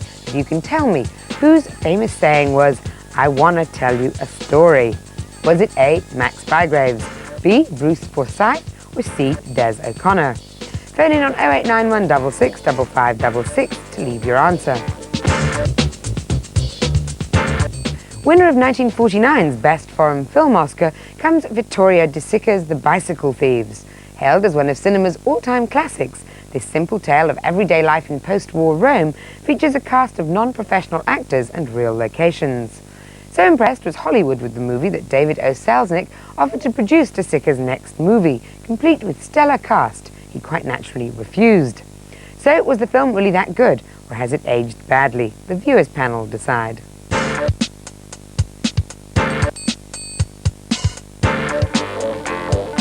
Hi, it's an enormous pleasure for us to be back on the Little Picture Show. Just to remind you, I'm Charles. I'm Mary. And this is Mrs. Mouse, the movie buff. We've been watching Bicycle Thieves, such an all-time classic of the European cinema that we wouldn't dare say a word against it. Fortunately, we're not even tempted to. The story. It's set in the most dismal slums of Rome in 1948. The hero, if we can call him that, is an unemployed bill sticker who finally, to the absolute joy of the whole family, gets himself a job. Yes, he gets himself a job, but in order to do this job, he must have a bicycle. He goes down to the pawnbroker, where his own bicycle is, and he redeems it. He cycles off for his first day's work. He's taught how to stick up the posters. He goes off to do it on his own. He's up his ladder, posting a poster, and what happens? The bike is stolen. He's in absolute despair, and the rest of the film is devoted to showing him with his little son searching the city in an attempt to recover the bike. They go everywhere, to all the poorest parts of the city, searching for this bicycle, searching among thousands of bicycles. We see all the poorest parts of Rome. We see the people who live there. These aren't sets, these are real locations. These aren't actors, these are real people. The rain that falls on them is real rain. It's an example of neo-realism, which was a reaction against the phony glamour and glitz of the fascist era. But that doesn't mean to say that it's dead gloomy, and the fact that not an awful lot happens shouldn't put you off either. At the heart of this film is this relationship between the father and the son. Little boys in movies can be incredibly yucky and schmaltzy and horrid, but not this one. Absolute simplicity and honesty. Very gripping. There's no sentiment, and it's phenomenally well acted. And the emotion is enhanced by a brilliant musical score and by the most fantastic art photography. And now a bit of dirt digging into the life of the king himself, with Private Elvis, a new documentary which covers Elvis's days as a GI and sets out to prove that he really did fight for his country, something I've spent many a sleepless night worrying about. You think your life is all your own, and then you realize you were wrong. With unseen footage of Elvis relaxing at friend Eddie Fadal's home, interviews with fellow GIs and shots of the king on manoeuvres in zero weather conditions, this is rather a unique program. It's hard to be an unseen hero, gonna do his job, and this G.I. Joe. P-R-I-V-A-T-E. Private Elvis. What about the music, I hear you cry? Well, we dragged in the man they say sounds more like Elvis than Elvis himself, Johnny Earl. You're actually a musician, but you seem to have made a lot of your fame and fortune by one way or another in association, or being associated to Elvis Presley. How come? Well, I was very, very fortunate to actually perform with Elvis's original band, and actually to be the first guy to be on stage and do a European tour since Elvis did back in 1961, which was the actual time Elvis really was 1 year after he left the army. Now, how did you end up working with Elvis's band if they hadn't worked with anyone since Elvis? Well, they've recorded with a lot of people. Ringo Starr, they've recorded with a lot of people. But I was the only guy to get them all together and be back on stage again. Like I said, since Elvis back in 1961. We sent them over a tape, and they realized I wasn't an impersonator. There's only one Elvis, and it's not me. I do a tribute, and that's why the fans enjoy the tribute that I do. There's too many guys that go out there that go, "Are you lonesome?" Which is, enough's enough, you see. And that's why the songs that I've written for this soundtrack, songs that could have been Elvis's in GI Blues that were outtakes, done as Elvis would have done them. I've got to go. Oh, oh, oh, oh, oh. We both know why. Boy, hey, goodbye. Too many watery eyes. What's so interesting about those years, the sort of Elvis war years, in your opinion?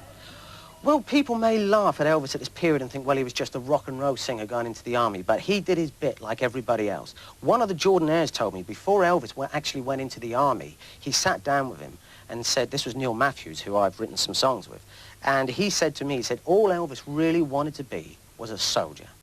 He said he just did not want this rock and roll crown and going in the army. He wanted to be a normal soldier like the rest of the guys, and that's why this video is so special. You see clips of Elvis that have never been released before. This isn't the king wearing the crown and Elvis being made out to be the king. This is Elvis, the normal guy, as we've never seen him before. Do you think fans will be disappointed that it's not Elvis on the soundtrack, then? Well, there's been other videos out before of people who are singing sort of Elvis songs, and they're happy with that. But I mean, maybe, I don't know, maybe it's something to do with Gracelands in America. They don't give permission all the time for a lot of Elvis songs to go out in places. So we went ahead with the video and I wrote the songs. And I can tell you now, not only the Elvis fans, but the normal fans, if they were to hear these songs and RCA was to say these were Elvis outtakes which nobody heard, they would believe it. And in our first competition tonight, we've got loads of Elvis goodies, CDs, books, and, of course, the video. All you have to do is tell me, when did Elvis die? Was it A, 1975, B, 1977, or C, 1979? Just phone in on 089166 4455, and the king could be yours.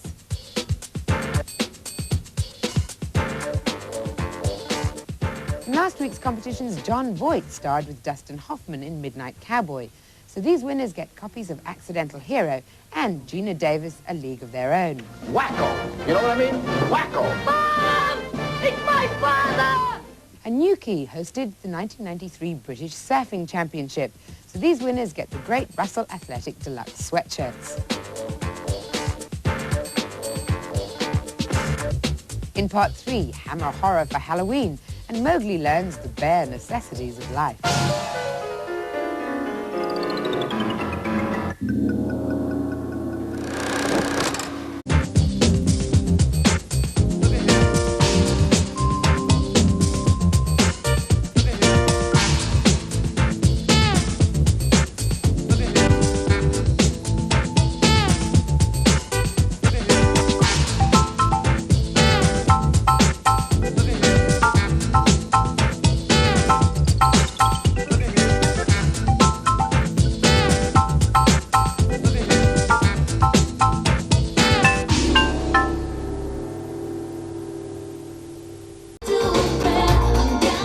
Say, I thought coming along to the video show would keep me abreast of the latest developments in technology, but I seem to be getting more and more confused by the second. I'm now at the Pioneer counter and I'm trying to find out what the difference is between Laserdisc and CDI. Jason. Hi Mariella.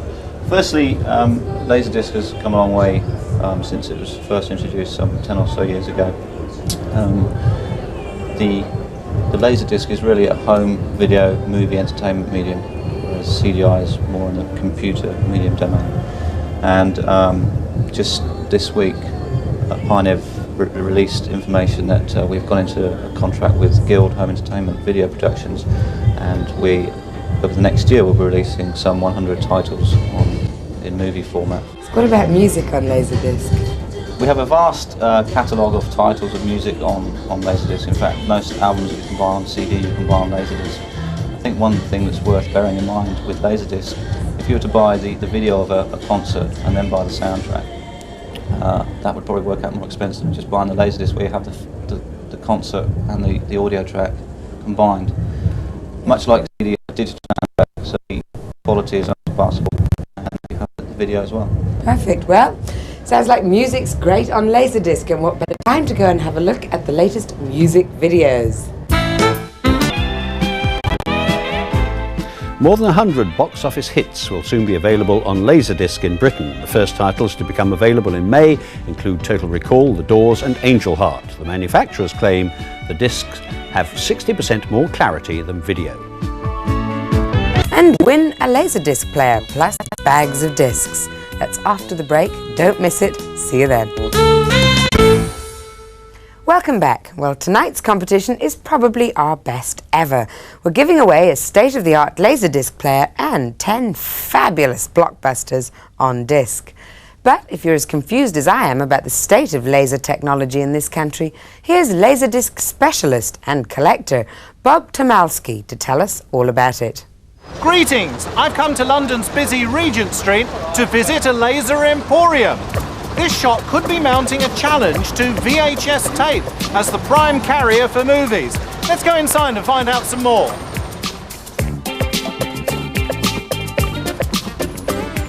In the 1970s, when VHS was launched, this was launched as well.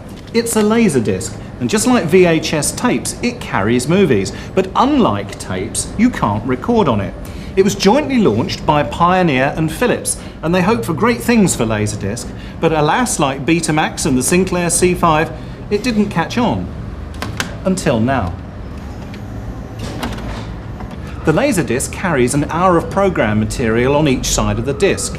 It's broadcast quality and it's got stereo sound. And unlike VHS tapes, you can go straight to any part of the movie that you want. In fact, it's got instant access like this. So, what do you say? I'm not so sure, and I don't get a souvenir.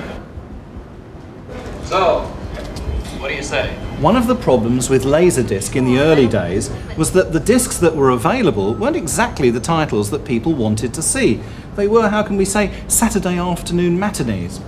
Another problem was a technical one. Some of the blockbusters that people wanted to see suffered from technical faults. The only factory in Europe capable of pressing the discs was in Blackburn. It was Philips' factory, and it was plagued with all sorts of technical problems. So there was a big shortage of software.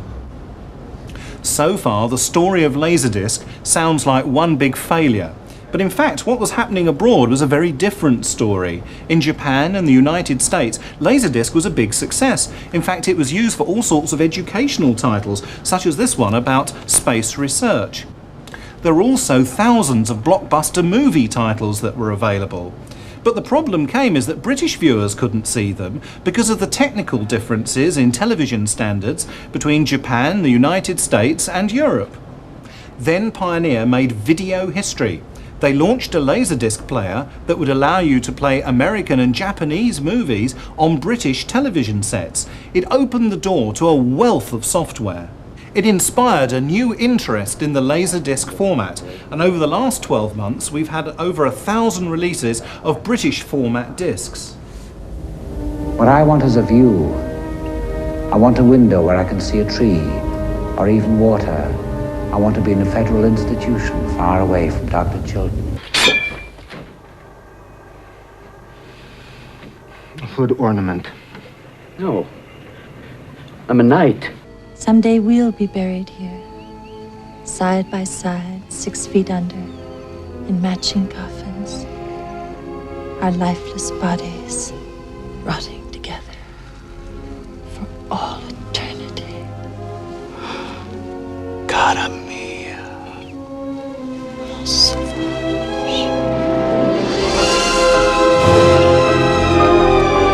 So if you're a quality-conscious viewer, perhaps you've got a large screen TV and you want digital sound and the instant access that Laserdisc offers, it's really the answer.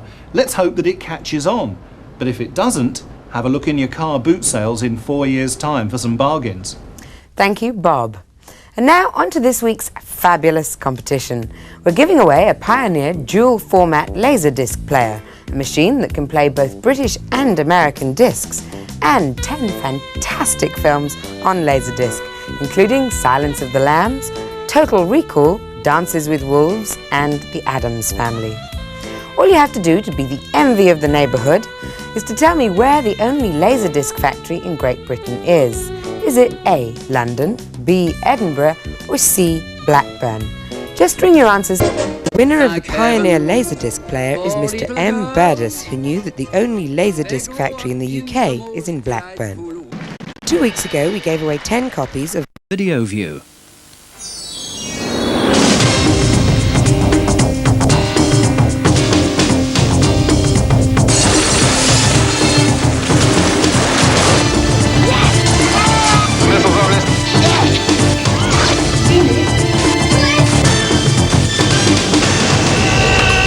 Tonight on Video View, Prince's latest feature film Graffiti Bridge is up for grabs.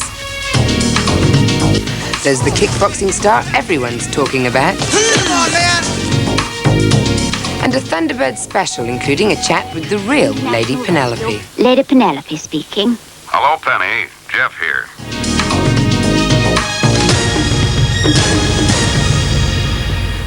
Hello there. We'll also be taking in Bette Midler's new video, Stella, a true story all about Al Capone's little-known brother, and the latest video from Robert De Niro. But first, the exciting news if you're a Prince fan. His fourth film, Graffiti Bridge, is a real sign of the times, in that it's bypassing cinema release and video rental and being released straight onto sell-through for $9.99. Released on April the 2nd, it's a fantasy along the same lines as Purple Rain, with Prince playing nightclub owner Kid, who's trying to find true love and keep his rivals at bay. I'm sure all you Prince fans will rush out regardless of anything I say, but Purple Rain and Sign of the Times were far better in my opinion. If you want to be the first on the block to have a copy, then wait until the end of the show when we've got 5 of these special Graffiti Bridge packs to give away, which includes a Prince medallion and t-shirt. Now, it's not just music vids which are coming out straight onto the collector's market these days. Last year, you may remember we highlighted Cinema Paradiso and the Connoisseur video label, which included many art house pictures hitting video for the first time. The new label's been selling very well, and this week sees another 7 titles being released, including works by Pasolini, Parajanov, and Jean-Luc Godard. Of particular interest is the National Film Archive's impressive restoration of Michael Powell's The Edge of the World, which is tailed on video by the 1978 short Return to the Edge of the World, in which Powell and team return to the location of the original feature. There's also Noi Tre, which is Avati's touching study of the last moments of Mozart's childhood, and George Sluizer's superior psychological thriller, The Vanishing. Many critics hailed this film as one of the thrillers of last year, paying particular attention to the film's final 5 minutes, which are shocking, to say the least. It's all about a young Dutch couple who are heading to France for a cycling holiday. While Rex is filling up at the gas station, Saskia goes off to get some cold drinks and never returns. Rex then spends the next 3 years trying to find out what happened to his wife, putting up posters and then following leads from the abductor who fails to show up. Eventually, a Frenchman turns up on his door, claiming to know what happened to Saskia, and from there on in, Rex is hooked by an overbearing desire to uncover the truth.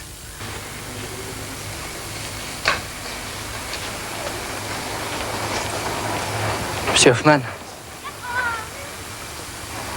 je suis l'homme que vous cherchez. Qui fait des beaux-arts à Nîmes. Je vous ai vu, mais vous n'étiez pas seul, j'ai pas osé vous déranger.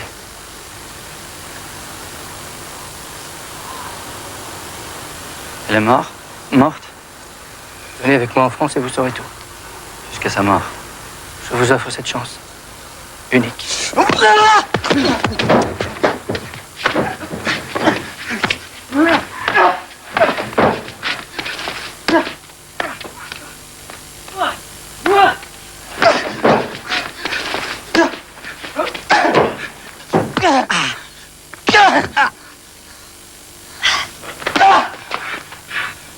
The Vanishing is a superior thriller, which is both simple and cunningly constructed. It makes you wonder why Hollywood bothers spending so much money trying to get the same effect in films like the thematically similar Frantic, for example, and not getting anywhere near the tension nor creepiness of this film. Now, it's been a while since there was a new Thunderbirds video out, but the 15th edition puts that to rights straight away. Back in the 60s, when you didn't mind seeing the strings, this was regarded as expert animation. Now, apart from a competition later in which you can win a collector's edition t-shirt, tonight is a special for Thunderbirds fans, because I'm joined by Sylvia Anderson, who not many know is the real Lady Penelope. Sylvia, could you tell me how Thunderbirds was originally conceived?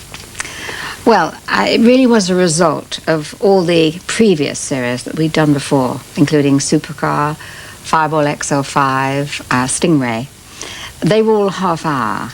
So when we had a chance to do an hour programme, I think we had a chance then to elaborate on our characters. And Thunderbirds was really a result of all those shows. It was all those things rolled into one.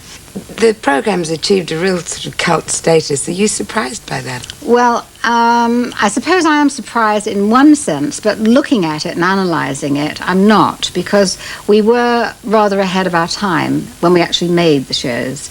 So we would take a craft, if you like, or a rocket, and we'd say, now I wonder what they'll be doing with that, say 10, 15 years from now. So we were ahead of our time, so that part of it doesn't surprise me. International Rescue, Lady Penelope speaking. She was a terribly flamboyant sort of character. Are you like that? I suppose I am, really. I don't know. I don't know, how other people perceive me. I did actually model the voice on Fenella Fielding and Joan Greenwood, because they've got that rather sort of twee voice that comes back, it's all rather like that, rather little girlish. Very well, Jeff. I'll get Parker to arrange a flight at once. Sylvia Anderson, the real-life Lady Penelope. Now another beauty rears her head again in the adventures of Sadie. Better known as Our Girl Friday, this is just one of a number of classic 60s comedies coming out on the Legend label.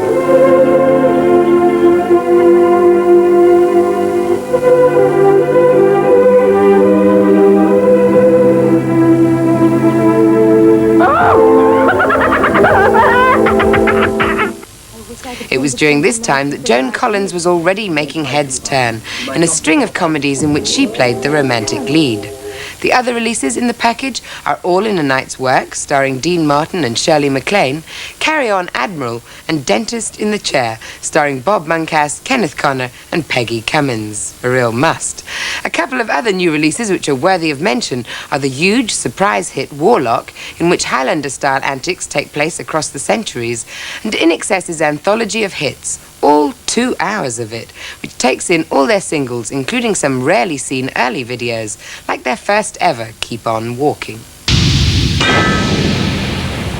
So, this little band of ours started in, well, we set the date actually on Tim's birthday, which is August the 16th, in 1977.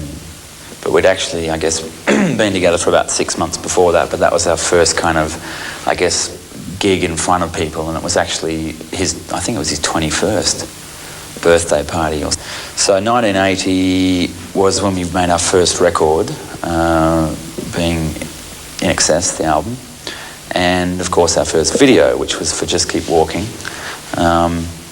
And it was actually a sort of a concept of Michael's, if I remember. Michael came up with the idea of putting us in sort of a box. And we just thought a box with the room and INXS on the floor and put us in it.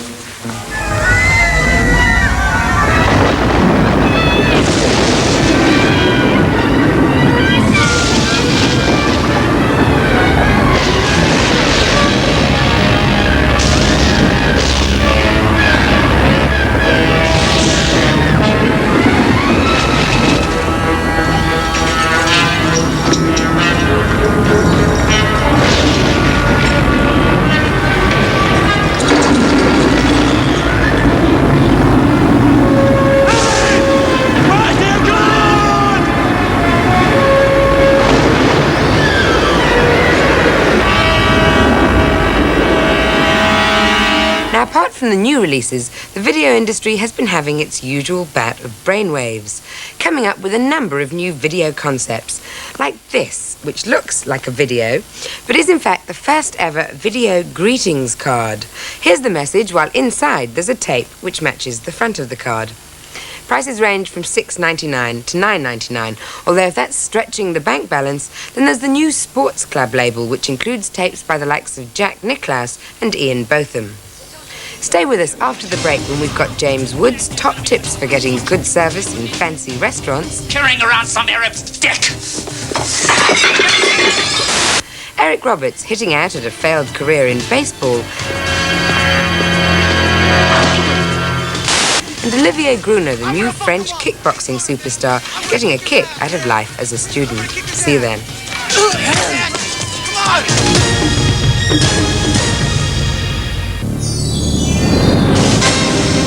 Welcome back. Now, after part one, you may well be saying to yourself, that's all well and good having plenty of videos to buy, but what about the new rental releases? Well, as it happens, there's a fair selection this week. But first, the rundown of the top 10 most rented videos in Britain. Flying in at number 10 is the Disney classic, The Rescuers. Down and almost out at number 9 is Tom Cruise in Days of Thunder. Romance is still in the air at number 8 with Pretty Woman. Madonna and Warren Beatty take a plunge to number 7 in Dick Tracy. And there's no change at this week's number 6 for The Exorcist 3. Arnie's looking lost at number 5 in Total Recall. And chart-topping Die Hard 2 falls to this week's number 4. Cop thriller Blue Steel comes straight in at number 3. And Eddie Murphy's back with another 48 Hours at number 2. But this week's brand new number 1 is Gremlins 2 The New Batch.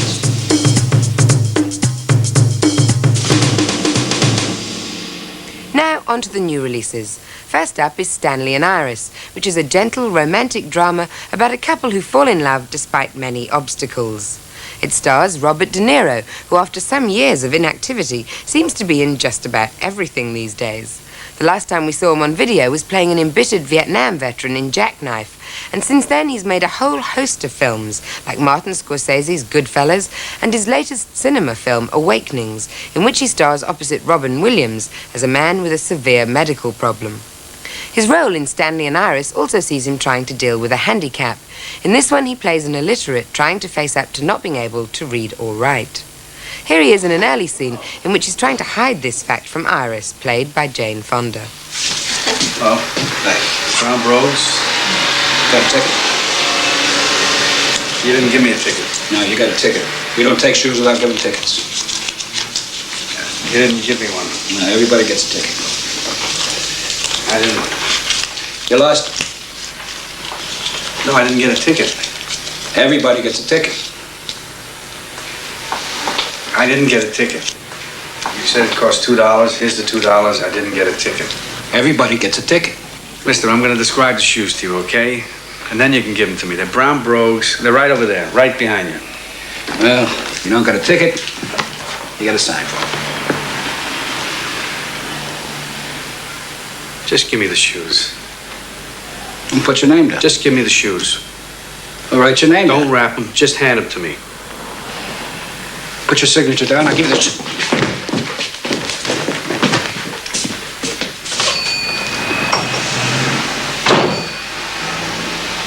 That guy's crazy.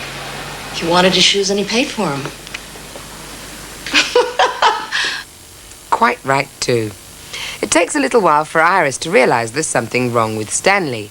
But when she does, she agrees to help him. And what do you know? They fall in love, with Stanley filling the shoes and later jackets of her former husband.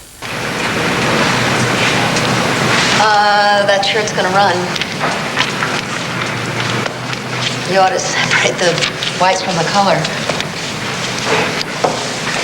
I wash everything together, including my socks. One load, 4 quarters.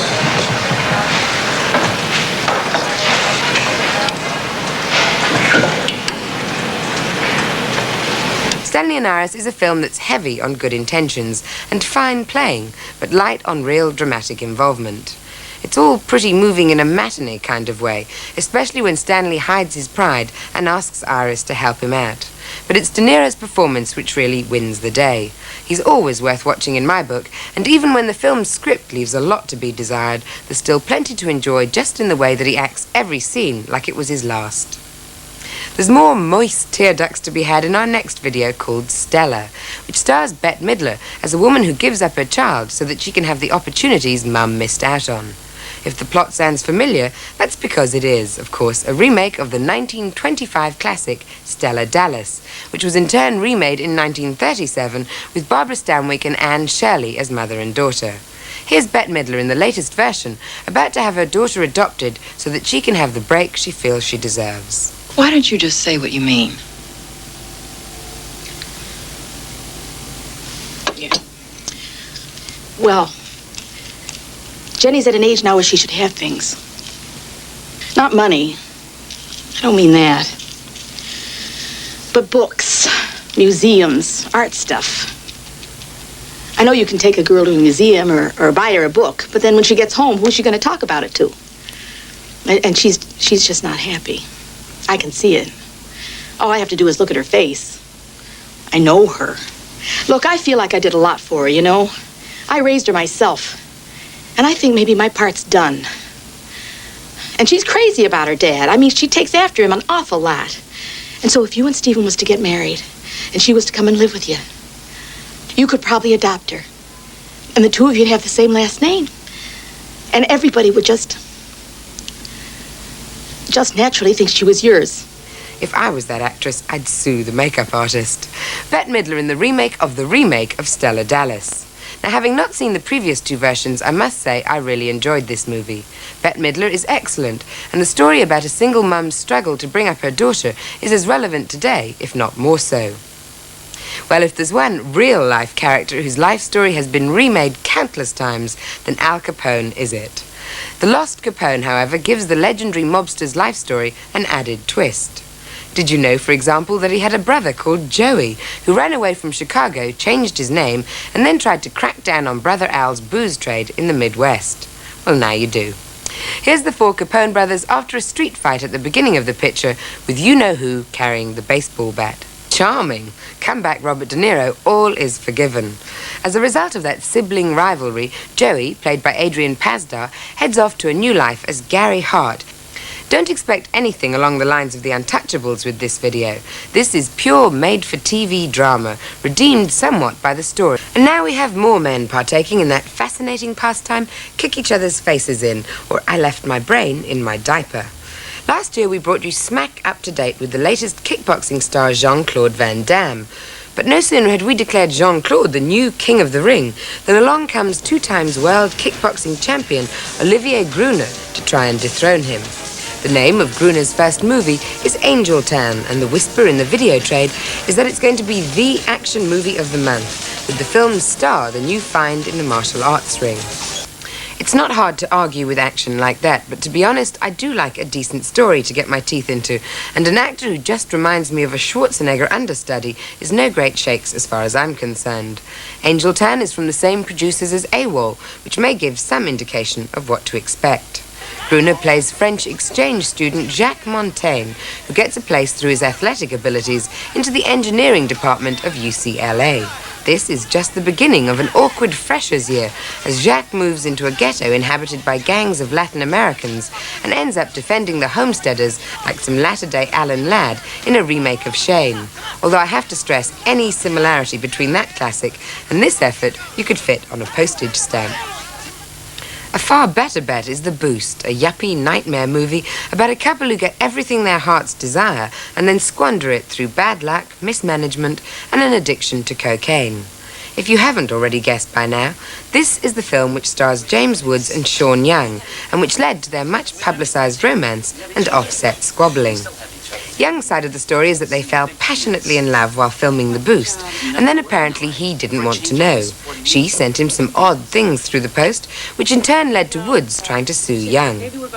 Just an ordinary day in the life of Hollywood. But does the finished product live up to the production story, I hear you ask? Yes, it does. There's something very creepy about Woods' character Lenny, who's hell-bent on making it big in LA. He becomes one of the smartest salesmen there, making millions out of a tax loophole in real estate sales. But after a business crash, his best friend tries to help him by giving him a little boost. You need a boost, kid. You need to clear away the cobwebs. Joel, I got enough problems, all right? What do you think, it'll be habit forming? You think you'll have a monkey in your back? It's a boost, that's all. With friends like that, who needs enemies?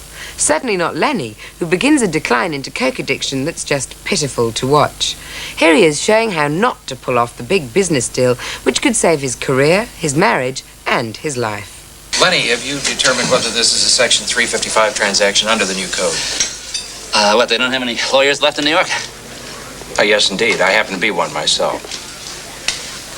Mr. Zimmer, you're asking Lenny about things that should properly be a part of the fine-tuning. Why? We know you're a smart guy. We're talking about staking a lot of money and our reputations on your husband's plan.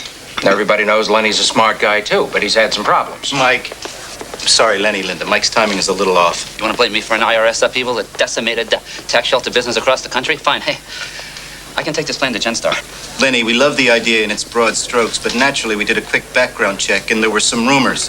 Now, when we all get around the big table and somebody waltzes in and starts telling stories about you, we'd like to be able to tell him he's full of shit. Oh, excuse me. Let's not go back to your Arab friends who wipe their asses with their bare hands and have them get the wrong idea. You sit there on your fat MBA and try to figure out how to steal my idea because just maybe I won't fit into your club of Arab fuckers and this isn't my goddamn table. This is his first night. He'll be fired for this. Lenny, what are you talking about? The table's fine. We're just here to try to do some business. You've been spending half the night creaming over my wife while this schmuck humiliates me. I don't need you assholes. I can get plenty of action on this idea. Check. Hey, let me out of this dump.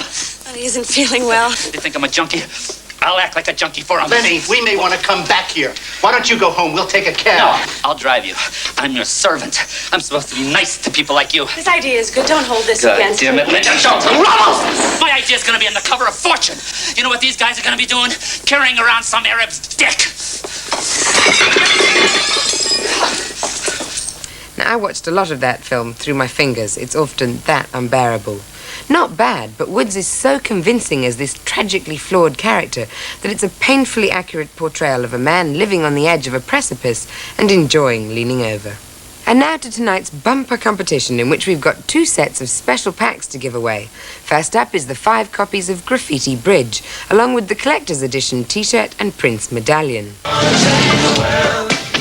All you have to do is tell me what song closed Prince's second film, Under the Cherry Moon. Was it A, Kiss, B, Purple Rain, or C, Mountains? There's also 5 copies of the new Thunderbirds video, plus 5 special T-shirts to whoever can tell me which Thunderbird did Alan Tracy command. Was it A, Thunderbird 3, B, Thunderbird 2, or C, Thunderbird 4? Send your answers to VideoView, P.O. Box 1830, London N1 9UP, or call the competition hotline on 0898 66 4360. The lines are open 24 hours a day.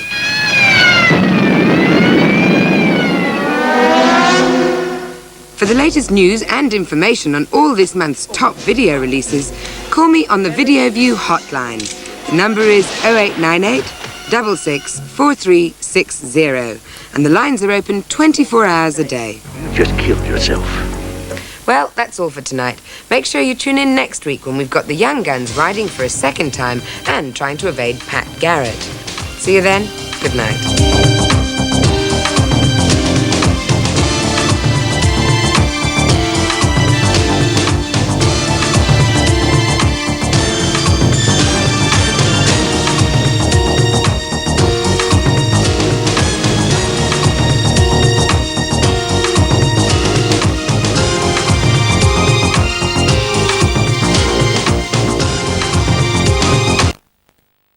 But we did manage to catch up with one of our own brilliant, balmy BAFTA prize winners, Bob Mortimer, and he brought Vic Reeves along with him.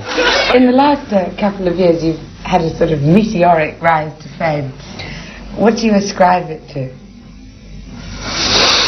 Torry Amos. The toreador in his life. Those sharp daggers. Time. Timing or time? Time. Time that you spent working toward it? Or? I suppose so, yeah. I don't know, it's just a difficult question to answer that, really. Well, that's why I chose it. Well, we'll have to think about this one. Meteoric rise to fame, got that. What do we think about it? I think it's very pleasant, because I'm very interested in meteors of any sort. Do you think that, what do you think is the sort of appealing part of your brand of humour? Why do you think so many people? Well, you'll notice we often crouch down quite low, and that's popular, isn't it? Do you find that goes down well? The French have always liked it. In France. But the thing is, if you can crouch down low, but you've got to pop up really quickly to make it amusing. This is where you get the stretched denims as well. Stretched denim? They give you a start. I think that stretched denim is the future of comedy. So how do you work as a team together? I mean, do you sort of sit down in a darkened room with a typewriter and write out your scripts, or do you sit in a pub, or what do you do? Very, very bright room. When we were those quite long leopard skin cycle shorts, pull them right up tight. Lovely. Standing opposite corners and just bang the ideas up, so And how do you decide on what you're going to include and what you're going to throw? Well, I mean, you obviously only wear the leopard skin shorts when you're writing. You don't actually bring them onto the stage. No, that's our work clothes. We take them with us after we've clocked in. So that's what you change into. And we've got a huge big melon like that we've hollowed out. And whatever idea we throw them all in the melon, shake it up, put it in a cocktail, and see which one comes out on the top of the stick. We find it works a treat. Are there subjects that you steer clear of when you're writing? Injuries by fire. You don't think that's a very funny topic? It's not amusing. No, you're right. And that film about that, Backdraft, wants to be banned. It wants to be banned. It did instigate a safety video being made at the same time, which came out in conjunction with it. Have you not seen it? I've seen it. It's one of those preposterous films I've ever seen in my life. What the hell is going on? At the end, he stood in the middle of Dante's Inferno with a squirting gun. He was going like that. It was like fire, just everywhere, and he stood there with his squirting gun. Are there types of humour that you really don't like when you see other people? Again, fire. Fire, only fire. That London Bloody's Burning series, that must be bad. Anyone who's a smart ass jokes about fire injuries. Right. And that's it, that's the only thing you disagree with. So how do you think the series have evolved? I mean, now the first series is coming out on video. Is that something that's going to come back to haunt you for the rest of your lives? What, the first series? It was a haunting series, but it's progressed in a way, I suppose, that we've become professional. Yeah, we're a bit better at it now, aren't we? Do you think that when you look at them seriously? Do you think? I think they were a lot better than later ones. I mean, some of the earlier ones you tend to feel slightly embarrassed about, but that's no bad thing. What makes you both laugh? Well, not fire, I can tell you. Oh, God. No, I'll tell you. Not really fire, if that's what you said. No, I'll tell you, ice. Anything that can get rid of fire. A nice cold shower. Cold shower, yeah. That scene from Psycho. One of those wet wipes that's got slightly tarnished because someone stood on it before it was used. What's going to be different about the new series? Are there things that you finally feel you've kind of killed off? Apart from yourselves, of course. At the end of the last series. All those old characters are gone that you see. A few of them will creep back in. The Stotts will be back. Stotts, Lister and Dennis. And what about the Ponderers? I can't see them. I'm really fond of them. Were you? Yeah. The other one. Am I the only person? I thought it was based on my mother. Really? Yeah. Your mother? Your mother was two men in underpants. No, forgetting the fact that they were men, the things that they thought about and talked about reminded me of my mother. When does the new series start? In about 10 months' time. Are you still writing it in that case? We're still writing it, yeah. Do you want to carry on doing music as well? I might have another crack, you know.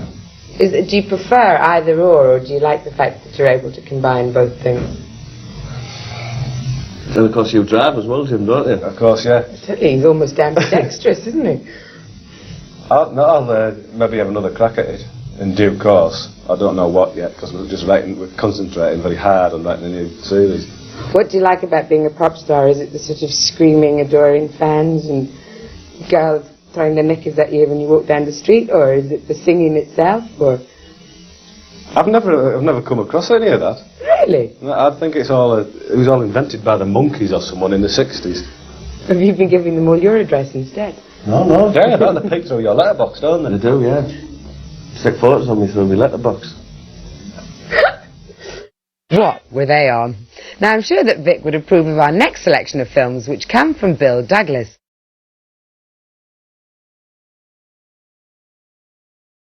Returns as a vampire in the comedy Love Bites.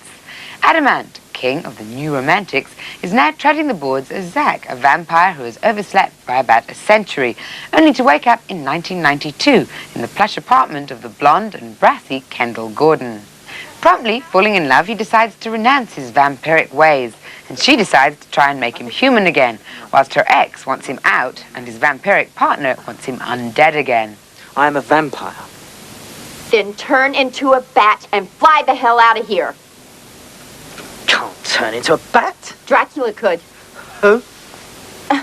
Dracula! If I should appear to be dead, please don't panic because I am. Sort of. Not. As a British actor, do you think it was an unusual role to be offered? And do you think that a lot of the time the kind of roles you get are the token baddie? Yeah. Yeah, well, that was attractive to me because it was starting. I mean, originally you get cast as sort of bad guys, or especially if you're English, because I think the Americans tend to look at Bob Hoskins, and you know, what was the movie he did? Long Good Friday, which was sort of a milestone. They got that one, and it was such a brilliant performance that's when they think bad guy. So initially, you play bad guys, and people say, well, you're scared of getting typecast. I just want to get cast, you know. That's my attitude.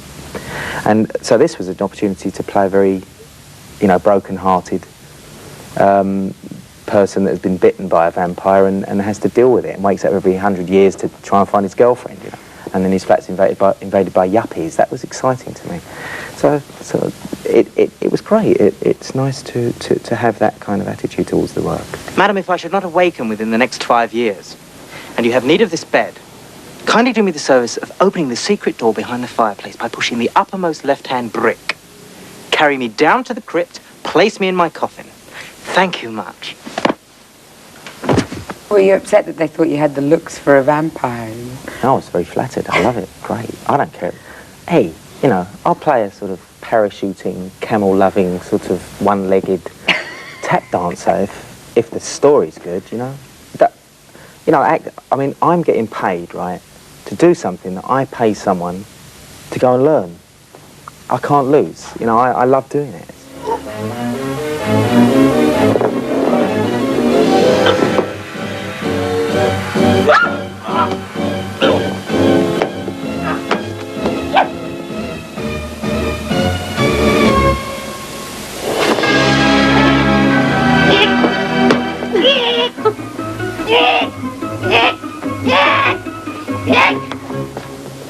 I'm a bat. What do you think of that? So, Adam, have we completely lost you to Los Angeles? No, I don't think so. No, I'm still very much a Londoner. I haven't lost my accent. Obviously. And I pay the price sometimes because they think they can't understand me. They ask me if I'm Australian. So I come back and purely it's where the work is. Kendall, you are the brightest woman I've ever bitten. You're the only one I can trust. Please, help me become a human being again.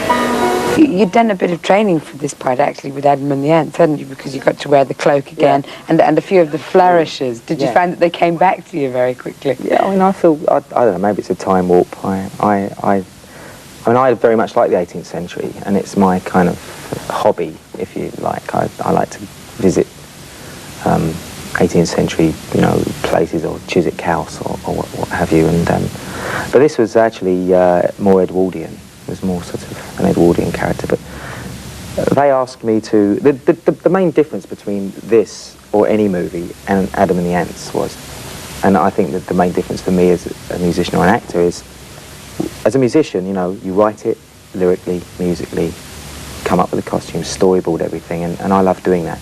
With this, you're given a story. It's already written. It's given. You're given the conditions and circumstances of the story. There's a costume designer. All you've got to do is go in and do your job. And hey, for me, that's, but you pay me to do this. You know, that was it. I know it's stupid, and you've probably been asked it a million times, but had you to make a choice, could you, between the two sort of careers? I'm a show-off. So wherever I can show off, I'll show off, you know. I'm lucky I don't have to make that decision.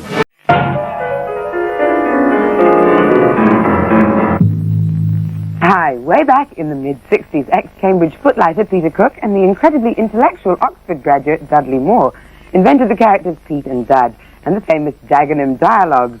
Fast forward to 1978, and the two met up in a recording studio with 10 bottles of whiskey, a pound of figs, a rubber doll, and a stick of celery. Well, times have obviously changed since the two of you are now sitting with a glass of water and a coffee. Yeah. Well, we have got a stick of celery with us, but it's not in picture at the moment, Mariella. The video was released with the third record, wasn't it? Yeah. Yeah, but you had to build up to it slowly, didn't you? You know, 2 records first. Well, you see, the video, which went out very briefly, was seized by James Anderton and the Memphis the police. 800 copies were seized of Derek and Clive Get the Horn, and we still haven't had them back. Do you want to make a plea now as to the nationwide? James, I know you have retired from the force. If you have the 800 videos, please don't watch them or allow your fellow God-fearing people to watch these tapes. Send them back to Polygram and we'll give them to people who really want them. Thank you, James. I noticed in the tape you refused to give Peter a Grecian kiss, and I just wondered if you'd stuck to your principles over the years. Yes, I have. It's amazing. I don't know how I've done it, but I have avoided the enclosing of mouth on mouth here, and you know the pushing of tongue down. So it's something that I don't know. Does not give you the horn. Doesn't give me the horn, basically. Do you still not find him attractive? From Peter? No, I don't find him attractive. He's now leaning. Is that green? Do you think that he's a bit like your description of women, that most women are best when blown up? I think that was the line. That was about inflatable women. Oh, I see, not real women. Not real women. So you wouldn't say a thing like that about me, for example? Far from it. No, that's Peter's line, actually. Yeah. Oh, but blame it on Peter. Blame it on Peter. Typical showbiz reaction. Yeah. Oh, no, I didn't say that. That was Peter. And I didn't celery up some inflatable woman, snatch it up, for want of a better word. I didn't bite it out. And the copulation? That was probably me doing that. It looked like Dudley, didn't it? It looked very like him, but no. Because I was editing it, I made it look as if Dudley was having it off with an inflatable doll. It was, of course, my fault. But you were actually at the time wanting to claim tax relief on your unemployed Unemployed what? I think doorknob, your unemployed doorknob. Yes, my doorknob. We were getting relief on the knob, weren't we? From the... Did you manage to negotiate that with Her Majesty's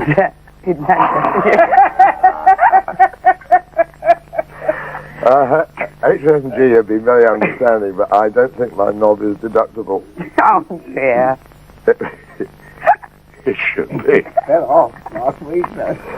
I found it as under the doormat all the time. Oh, it was? Yeah, but you can get hold of yours. You left it at the Dorchester. Pardon me? Your knob, you left it at the Dorchester. Yeah. They never found it because it was that small. They got it back to me. It went Federal Express in my regular envelope, you know. Oh, God. Because I sent you I thought it was a bit of your knob, and I sent it out with a friend of mine was going out to LA on Virgin. And it was all labelled, you know, properly, because they stop you at customs. Absolutely. Bit of Dudley's knob. And in fact, it was the whole thing. Right. Which Dudley got very upset about when he actually read the labelling and it said a bit of Dudley's knob. Yeah, I know a bit of. That's all I need. It's a stick of celery, and you know you're not allowed to bring in live vegetables to America. Unless you eat them. Unless you are one. Which is why he gets in and out all the time. Mariella, don't be so bitch. So you do think it'll be found more offensive these days or less I would offensive? think so, yes. Because nobody saw it then. I think it's probably more offensive when you see it than when you don't. I think the jaw drops when you see it, yeah. Without a doubt. It is disgusting. He's been wearing these wire fronts for about 2 years, you know, and every 2 years he thinks, well, you know, I might as well get them cleaned up, you know, get a proper job done on them. Get them scraped. Oh, dear little Flo, I love you so, especially in your 90s. When the moonlight flits across your pet, oh, Jesus Christ Almighty. Is that the one?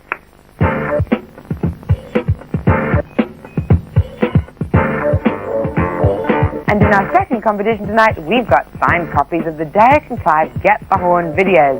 If you can tell me which satirical magazine is associated with Peter Cook.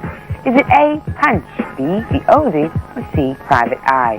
Just phone in on 0891 66 4455 for a slice of pure velvet. Plays a huge part in the video industry today as companies try to make you part with your precious pennies. How many times have you bought a video only to find it repackaged as a widescreen release, then a director's cut, a widescreen director's cut, and finally the no, this really is the proper cut because we found a few extra seconds of footage in the bin cut? One company has taken this a stage further by redesigning the actual casing itself. Take a look at these. Looking more like a book jacket than a video box, these new film cases contain a mini booklet with info on the film and its stars, and some prize points which enable you to collect movie merchandising. CIC are still testing the waters, so let us know what you think to their latest film case release. Star Trek VI, The Undiscovered Country. Just 3 months away from retirement, Captain Kirk is asked to represent the Federation at a peace conference with sworn enemies, the Klingons. Kirk is somewhat dismayed at the prospect, since the Klingons murdered his son, but emboldened by the thought of global unity, off he goes. I offer a toast. The undiscovered country. The future. The undiscovered country. Hamlet, Act 3, Scene 1. You have not experienced Shakespeare until you have read him in the original Klingon. Tach, pa.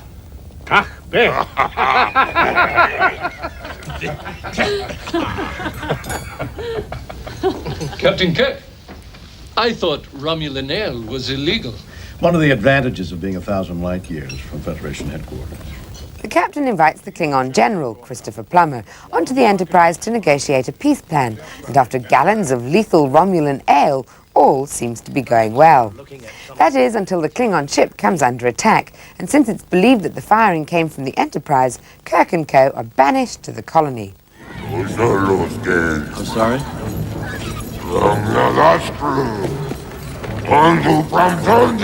He's definitely on about something, Jim.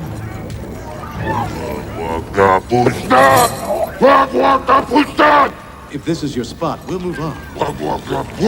He wants your obedience to the Brotherhood of Aliens. He's got it. And your code. Well, now it's up to Spock and a new piece of Vulcan crumpet, Kim Cattrall, to save the day, but it's slowly becoming apparent that there are people on both sides for whom the prospect of peace is becoming abhorrent. Well, I have to admit to being a bit of a Trekkie, and number 6 certainly passed muster. So they're a bit fatter and baggier, aren't we all? Well, now it's on to the latest on the world cinema.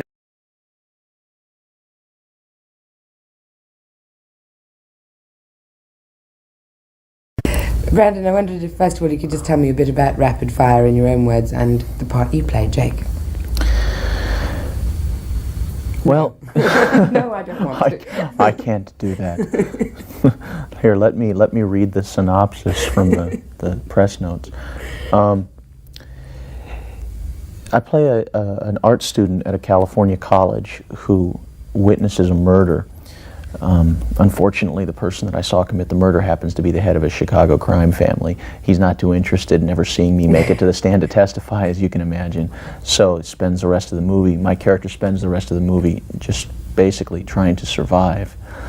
What was interesting about it for me was that we brought in my character's background, which was that he had been over in Tiananmen Square with his father in 1989 and been a part of the student revolution there and lost his father there and lost a lot of his friends there. And we shot that, we shot Tiananmen Square, and we had like 500, 600 Chinese student extras and 3 Soviet tanks and a mock-up of the Goddess of Democracy statue. And I mean, it was fascinating, It was one of those scenes, it was an NAR scene, no acting required, You just look around at these tanks coming and these men with guns and you just watch. And so anyway, at the beginning of the film, this Jake, the character, he's really kind of withdrawn into a shell a little bit because of these things that have happened to him. And he doesn't really care too much about being involved in help. You know how after something, sometimes if something bad happens to you, then you just write it off. So you're like, well, that's it. I'm not going to try anymore. Then I'm not going to get involved anymore. I think that's who he is at the beginning of the film. And what I liked about the script in the whole first place was he does get a chance to take a journey from the beginning of the film to the end of it. You know, go through a transition from who he is at the beginning of the film to the end of it. That's something that's not always in action pictures. And seldom, in fact. Let's not mince our words. You also had the opportunity to be involved in the film from the onset because it was written very much with you in mind. Correct me if I'm wrong. Was that a sort of helpful experience in terms of making a movie like that, which you might have had reservations about making otherwise, the sort of involvement? Yeah, it was, because of being my dad's son, totally, you know, solely because of being my dad's son, I've had the opportunity to be in a lot of stupid action movies that I've turned down, you know. For that reason, I was always, it's not about that. I mean, that's not what acting's about. It's not what, listen to me, I'm a 27-year-old actor with 3 films under his belt telling me what acting's about. In my opinion, in my young, uncultured, uneducated opinion, it's not what it's about. It's about people and human situations, and that's what's always affected me about it, you know?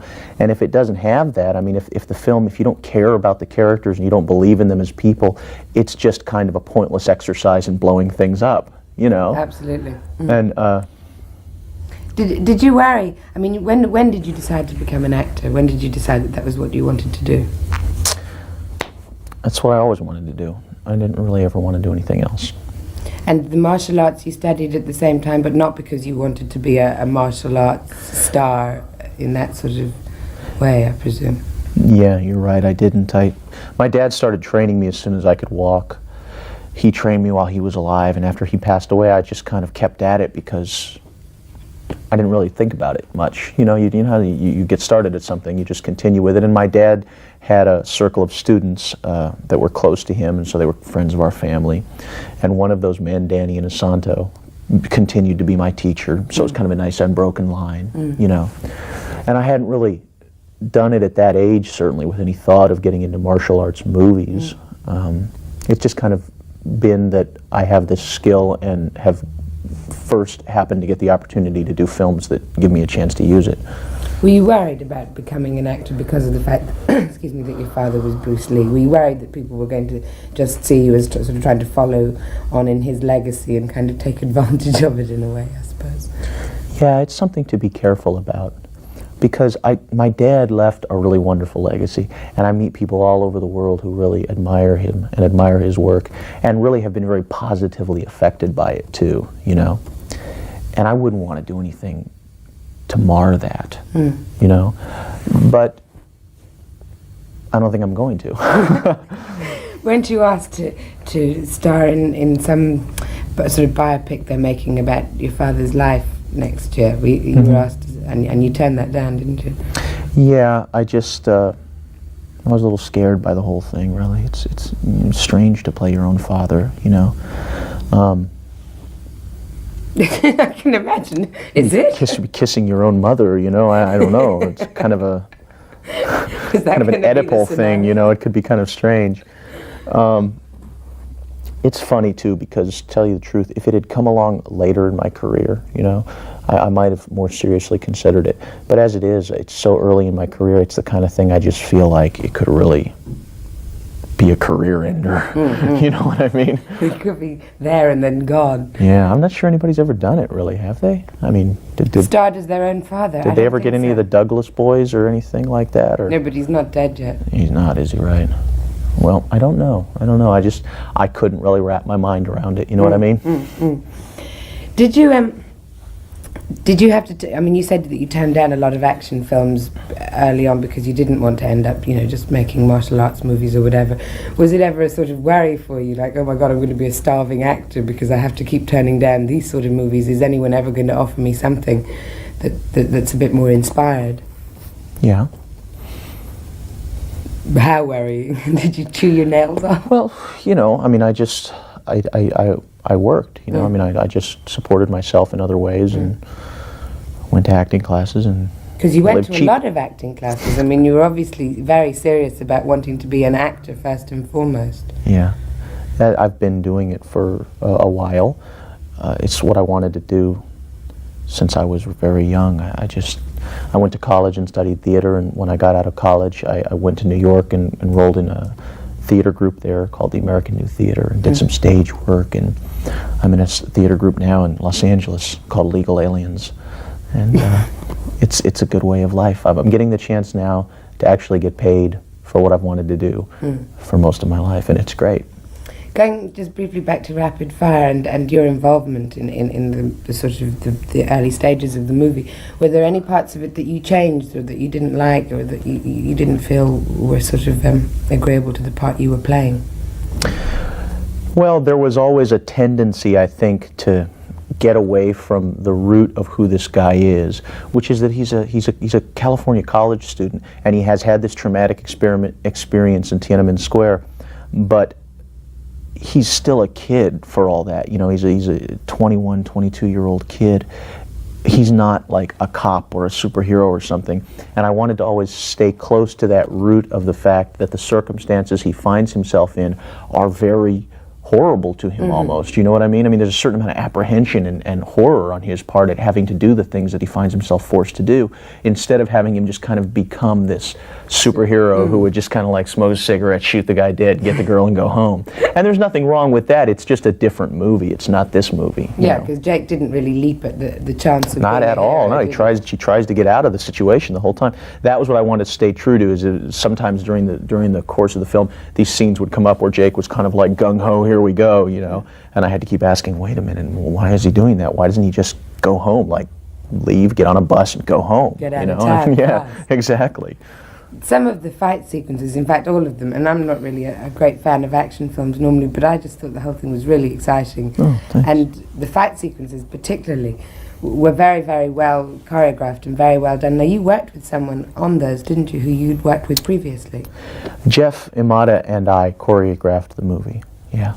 And was it, were any of them particularly difficult logistically? Or we've got a lot of fight fans out there who want to know the dirt. Well, me too. I mean, I'm a big fight fan myself. You know, I mean, I enjoy those films, and even like you say, we were talking earlier about how some of those films are a little short on character development and plot. It's like, sometimes I even don't mind that as much, but it's like, if you're not going to give me that, at least do something innovative with the action, you know what I mean? The very least, give me that. And unfortunately, I don't think that's done that often either.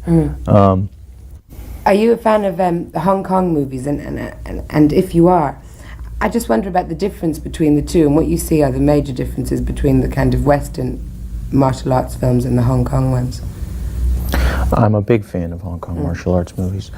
I think that the action sequences in Hong Kong martial arts movies are unparalleled. They're so much more inventive than and daring. The way they're executed, so much better. They're shot better. The people in them are very skilled. They really leave Western movies in the dust, you know. But that's only those segments of the movies. The rest of the movies, really, the quality's not so great usually. I wanted to try and bring some of that flavor of those Hong Kong martial arts movies, because that's where I grew up, you know. And that's where I did my first film. And I wanted to try and bring some of the flavor of that into Rapid Fire, because I've always been a lot more impressed by those films' action sequences than by any films that are done in America. You're contracted to Carolco now to make an unspecified number of movies, is that right? It's quite an unusual thing for an actor your age, and also for an actor in this day and age, because most movie companies aren't prepared to sort of put their money where their mouths are in that way. Were you surprised at an offer like that? Well, yeah, I was. I mean, it's very nice, you know. It's very nice, but it's still not any. There's no job security in this particular profession, you know. It's kind of a constant state of unemployment, broken up by a job every once in a while. And your next movie? Tell me a bit about that. The next movie is called The Crow. It's about martial arts birds? Martial artist birds. No, actually, it's about love, death, revenge, Edgar Allan Poe, and coming back from the dead. Is it based on the Edgar Allan Poe story? No, actually, that's The Raven. But it's based on an underground comic book, a graphic novella by a guy named James O'Barr that's called The Crow. And it's a story of a rock and roll musician and his fiancée who are brutally murdered in Detroit. And then it's a big part for you then. Yeah. How long do you stay alive for? Yeah. Actually, you know, in the film I'm actually alive for very short period of time. But then I get to come back from the dead to avenge the murders. Don't we just love the movies? Thanks very much. Thank you. Pleasure to meet you.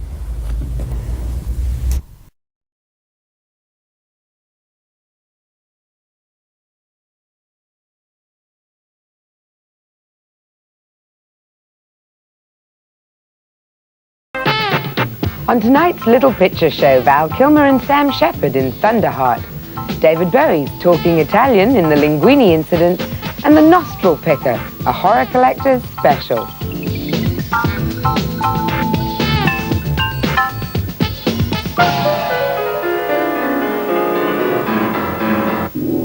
Hello and welcome to the show. Well, our first video this week, Study of Evidence.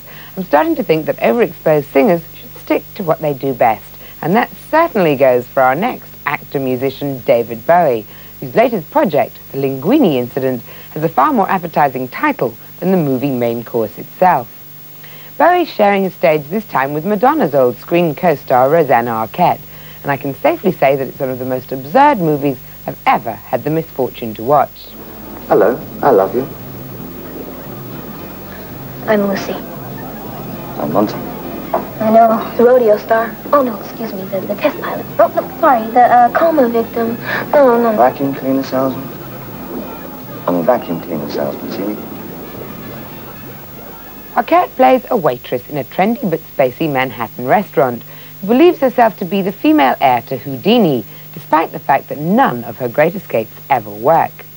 Bowie plays the barman on the run who's desperate for a green card. I dedicate this performance to Harry, if I live. Wait! Before Lucy the Ethereal risks her life for our petty enjoyment, I believe a good luck kiss is in order. Oh, please.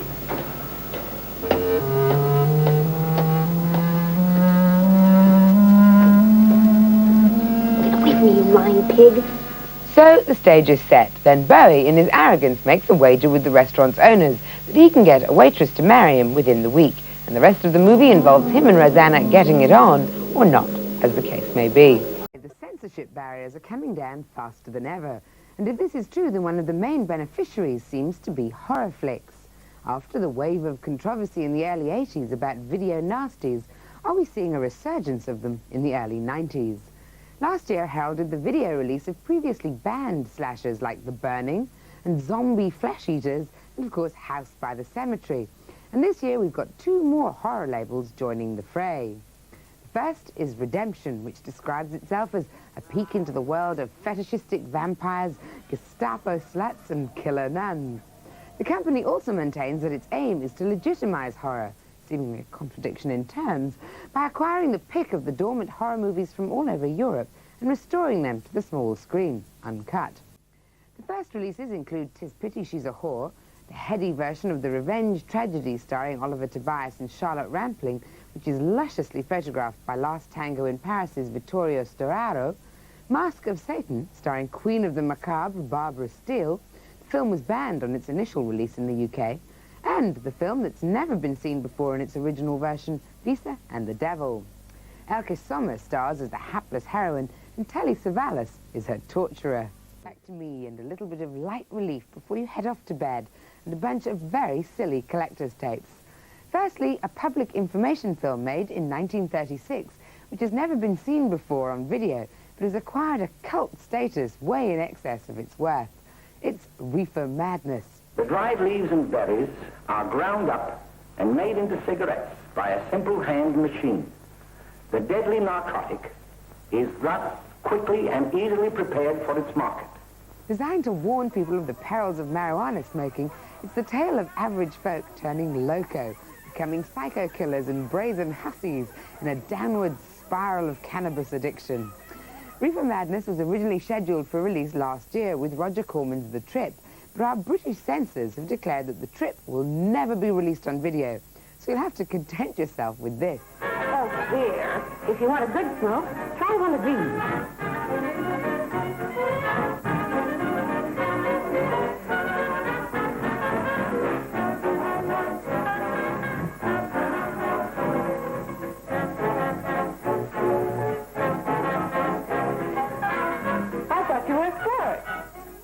drugstore cowboys out there, we've dug out a somewhat unusual video collection of rodeo bloopers. Still to come on Nighttime, plenty of music and good food, but now some tasty treats on video in the Little Picture Show.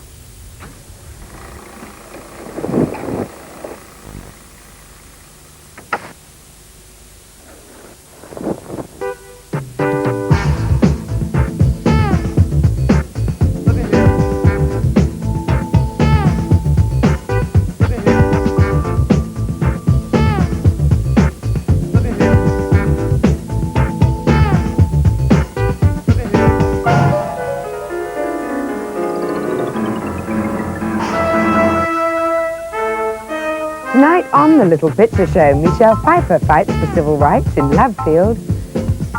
Demi Moore takes the money in Indecent Proposal. And the most dapper Secret Service agent talks about the classic Avengers.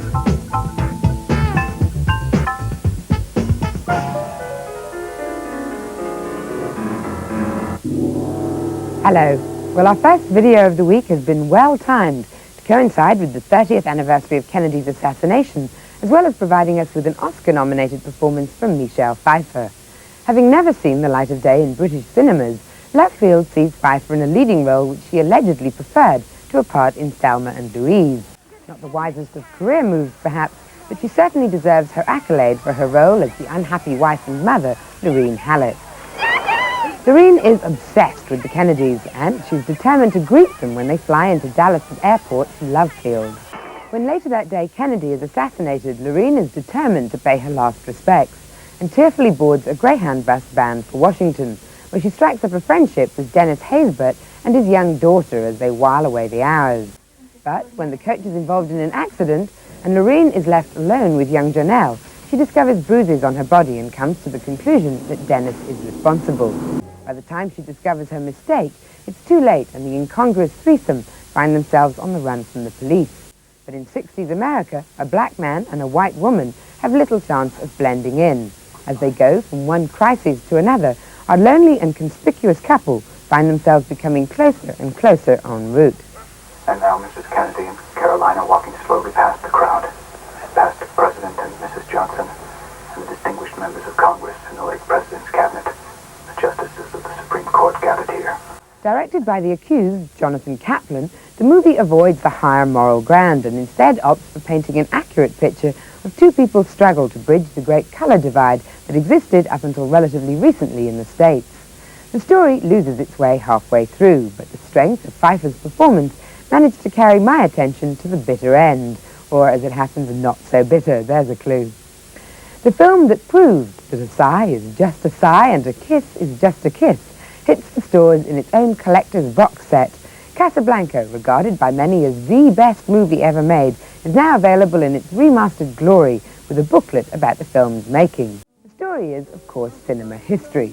Rick Bogart runs a bar in occupied Casablanca, keeping his head down till the war's over, when who should pop into his life but the gorgeous Ilsa Bergman, on the run and desperate for the letters of transit, so she and her new flame can escape and join the resistance. Interestingly enough, it was only director Michael Curtiz and Bogart who knew the ending. When Ilsa says, "I don't know how it finishes," in the classic love scene, she isn't lying. They only found out on the last day of shooting, so Curtiz could get the most from his actors. And did you know that Bogart had to wear platform shoes, so he was tall enough to gaze lovingly into Bergman's eyes? And for those of you who've seen the movie 100 times, you can now experience the whole thing again on CD. Yes, an enterprising company has actually released the entire movie soundtrack, including dialogue. Take my advice, pour yourself a martini, lay down on the sofa and close your eyes, and in minutes you'll be in Casablanca. And now, the big picture.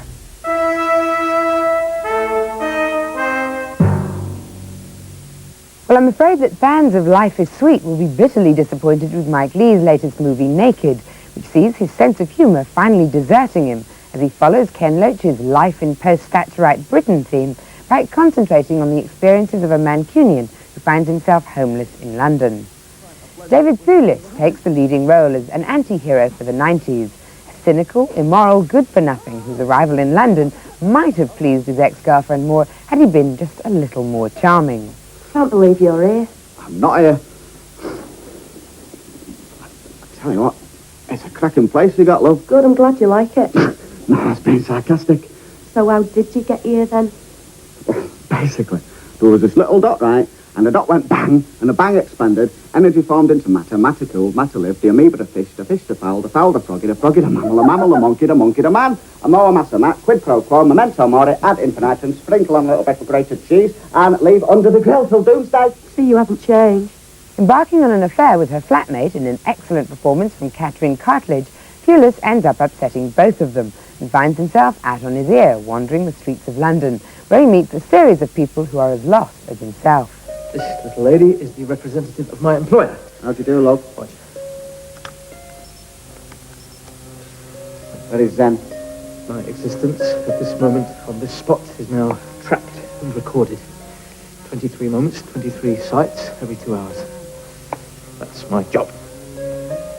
Well, could they not train a tall chimpanzee to do that? Or a small chimpanzee with a bigger gizmo? But they could, yes. Normally a huge fan of Mike Leigh's, I have to say that despite the accolades the film's received, I didn't enjoy this movie very much. The dialogue is as cutting as ever, and the performances are also of the caliber we've come to expect from one of our best directors. But it's the hopeless anger and the over-exaggerated social comment that wore me down. And on this occasion, Leigh's bitterness left only a similarly bitter taste in my mouth. I don't know if I want to get married, but I wouldn't say no to a proper relationship. What is a proper relationship? Living with someone who talks to you after they've bunked you. Kevin Kline plays Dave, a particularly talented presidential lookalike who finds himself in gainful employment when the real president has a heart attack in immoral circumstances and he gets drafted in to cover for the prez at an important function. Kept on because the White House Chief of Staff doesn't want to relinquish his power while the president figurehead, proving more popular than the real president ever was.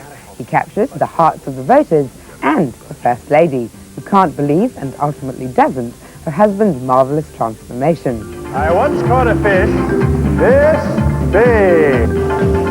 I'm talking to you. Will you please turn around? You know, if you want to be the same old selfish... Did you have any political motivation in taking on the part? I mean, the bad guy was obviously Republican and the good guy a Democrat. No, I keep my politics pretty much to myself. It was not, and I would, and have shied away, and would shy away from political movies. I never looked at it as a political comedy. There is some political satire there, and there's certainly, that's the backdrop is political. But what grabbed me was the story, the kind of Capra-esque story of the little guy who goes up against the big guys, and it could be a corporation or whatever it is. He's an ordinary guy put in an extraordinary position, and he remains true to himself and is not corrupted by the power that's sort of thrust on him.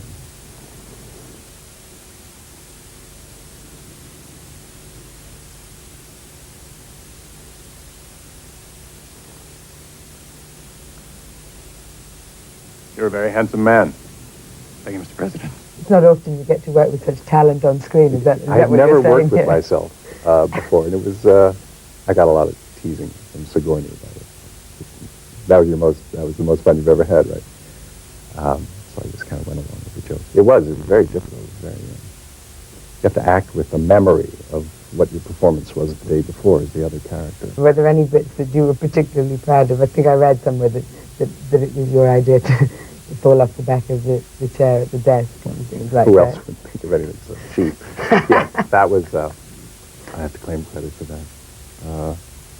Again, that was one of those things, when I sat in the chair, I noticed that it had that capacity that if you leaned back a little with a little bit too much panache.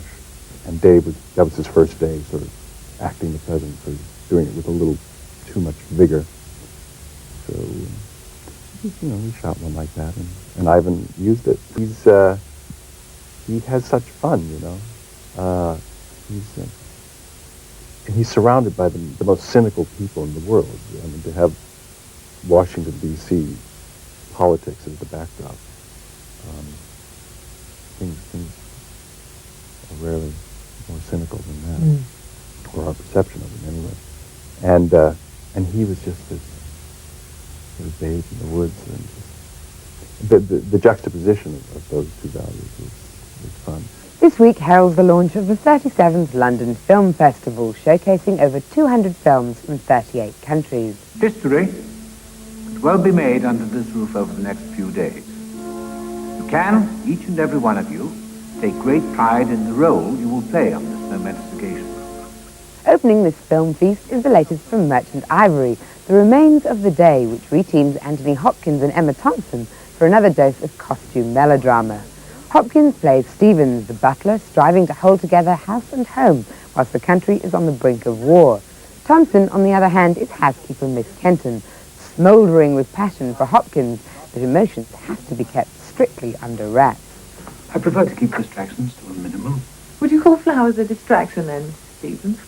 I appreciate your kindness, Miss Kenton, but I prefer to keep things as they are. Hollywood glamour is also provided with new projects from Mr. Sex on Legs, Andy Garcia, Brit Packer, Tim Ross, and the player-director Robert Altman, who's already picked up an armful of trophies for his new film Shortcuts, which is an adaptation of a selection of Raymond Carver short stories about LA's losers and loners, with a glittering all-star cast. You know what kind of work I do, right? Look at me. You know it's dangerous. And you know there's things you can't know for your own safety, right? I was just asking about dinner. The festival boasts a fantastic selection of films from across the globe, a lot of which will be hitting UK cinema screens soon. I'll be bringing you more news in the new year. In the meantime, for those of you who are interested, whether you can get to the festival or not, ring the hotline on 071 928 2695 for a brochure which gives you a sneak preview of some of the wonderful films on offer next year.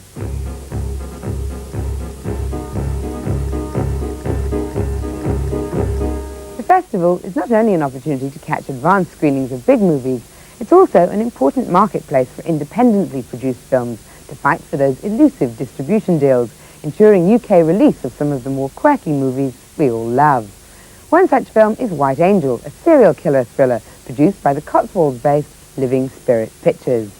Now, everybody's talking at the moment about the mass murder of the White Angel. What do you make of her? Well, I'm not sure, first of all, that the killer is a woman. You see, you have to understand how a killer thinks. Why do they do it? You know, what are the wants, the desires? What are the rewards for murder? Which is, I think, an interesting question. I don't know. It's very difficult, you know, to answer that question. White Angel has already attracted an awful lot of interest from UK distributors, and its writer-producer Genevieve Jolliffe has gone down in the Guinness Book of Facts and Feats as the youngest producer in Britain today. You've just made White Angel, which was entered in the Montreal Film Festival and also now in the London Film Festival. How did you go about making that movie? Initially, we approached people within the industry to finance it, but there were so many strings attached that it was basically not worth our while doing it. So when you say strings attached to it, what do you mean? Well, at the end of the day, they'll be putting up the finance. At the end of the day, we'd kind of pay everything off and we'd still be owing them money. And also, we wouldn't have total control in the film. So we actually saw a documentary about Sam Raimi and about him, how he went about and made The Evil Dead. And we kind of used that as a blueprint and went to doctors, dentists, publishers, and we approached them, everybody totally outside the film industry, and found that they were really, really keen to put money in, to be involved, and which meant that we had total 100% full control and could make the movie that we wanted to make. I want you to make people understand the power any man can use to take what he needs, to take what he wants. I want people to know why I do what I do, so that when I'm finished, they'll understand the truth of my actions. I want thee, Ellen Carter, to write the life story of Leslie Raymond Steckler. You do know who I am, don't you? It's a stylish thriller, and it's about a crime writer who's blackmailed by a serial killer, who's played by Peter Firth, into writing his biography.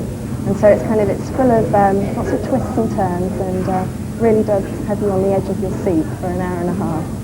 Have you managed to sell it and get it distributed? Yes, I mean, we've got sales agents. I mean, the film's only been completed for about 5-6 weeks, not long at all. And since then, we've sold it to the States, we've sold it to certain territories across the world, and in fact, we've recouped all the money that we put into it. I don't have much time. The police have my fingerprints, they will catch me. Don't be afraid.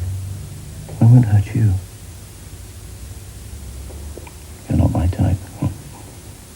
In part 2, $1 Million Sex, an Indecent Proposal, and the new look Jason Donovan joins me in the studio.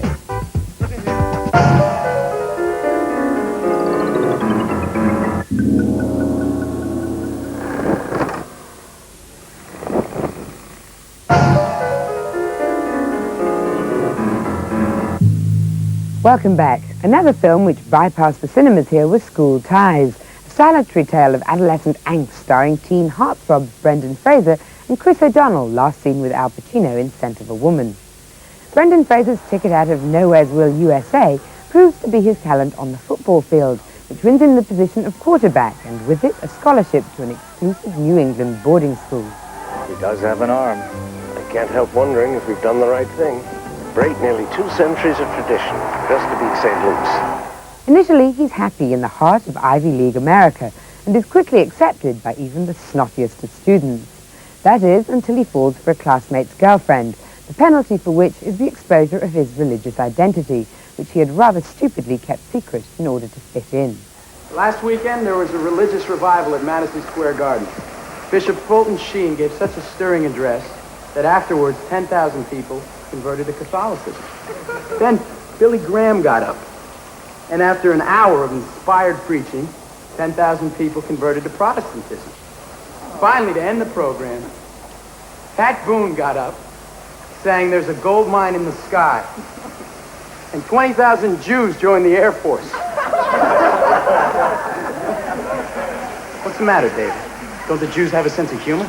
His new best friends become his enemies overnight, revealing a rather nasty streak of latent prejudice, while Brendan has to decide how far he'll go to deny his faith for a place at Harvard. I have to admit I was pleasantly surprised by this movie, which only goes to show you should never judge a book or video by its cover. The story's captivating, the boys are cute, and there's even a moral lurking beneath the surface. Under 18s could do a lot worse with their leisure time. Coming up in a minute, Tom Selleck is Mr. Baseball. But first, it's over to this week's Top 10 chart.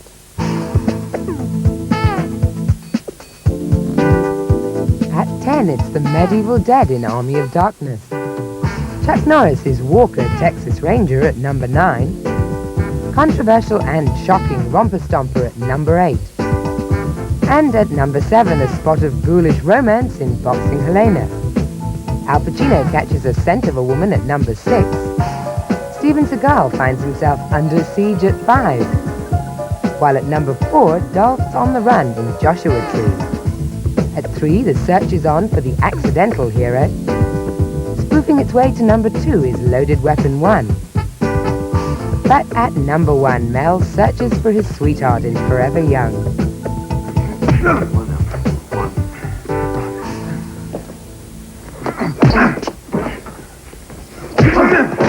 She wants to know, what do you think of our country? Already? Yeah. The airport's nice, I guess.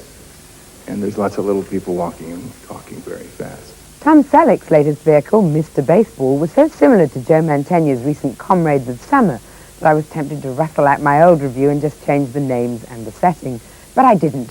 So any similarities to a certain other video I might have reviewed are purely coincidental. Tom Selleck plays a Major League Baseball player whose career is on a downward slide thanks to hard living and extreme arrogance. Eventually, his bosses can take no more and sell him off to another team in Japan. Jack, damn it! He tipped his hat. That means he didn't mean it. I don't care if he ate it. Goddamn hat, I've had it. Just oh, bullshit. Oh. This innovative plot twist provides ample opportunity to laugh at Japanese notions of sportsmanship, and so begins a totally predictable collision between East and West, with Selleck trying to come to terms with the culture shock with the aid of the obligatory Japanese babe. Well, where I come from, if a pretty girl smiles at you from the stands and offers to buy you dinner, usually that means that You know, she's, Ready for party action? All's well that ends well, and when Selleck and the Japanese manager, Black Rain's Ken Takakura, iron out their problems, East meets West, boy meets girl, and everyone lives happily ever after. No surprises, nothing original, and not even a great performance from the more than capable Selleck. I guess fanatical baseball fans or lovers of Tom Selleck might find it bearable. Are there any of you out there? And the next big question on my lips is how many women out there would sell their body to Robert Redford for the night for the princely sum of $1 million? Well, join the queue behind Demi Moore and me and see what this week's viewers panel have to say about this year's most indecent proposal.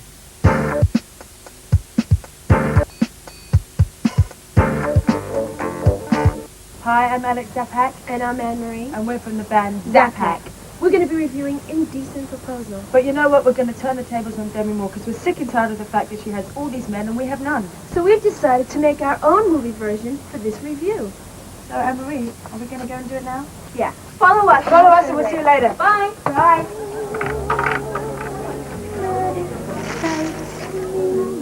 Excuse me?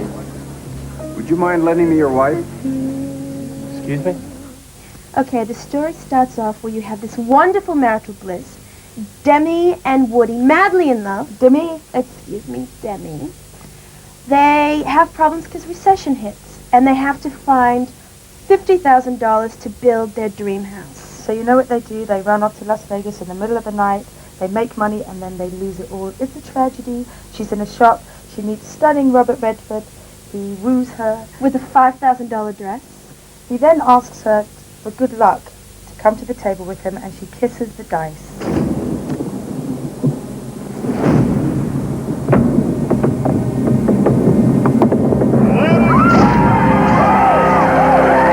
And voila, he makes $1 million. Which he then offers to Woody for one night with his wife. Oh my God! And her false boobs. And her false boobs. Moral dilemma. Moral dilemma. What does she do?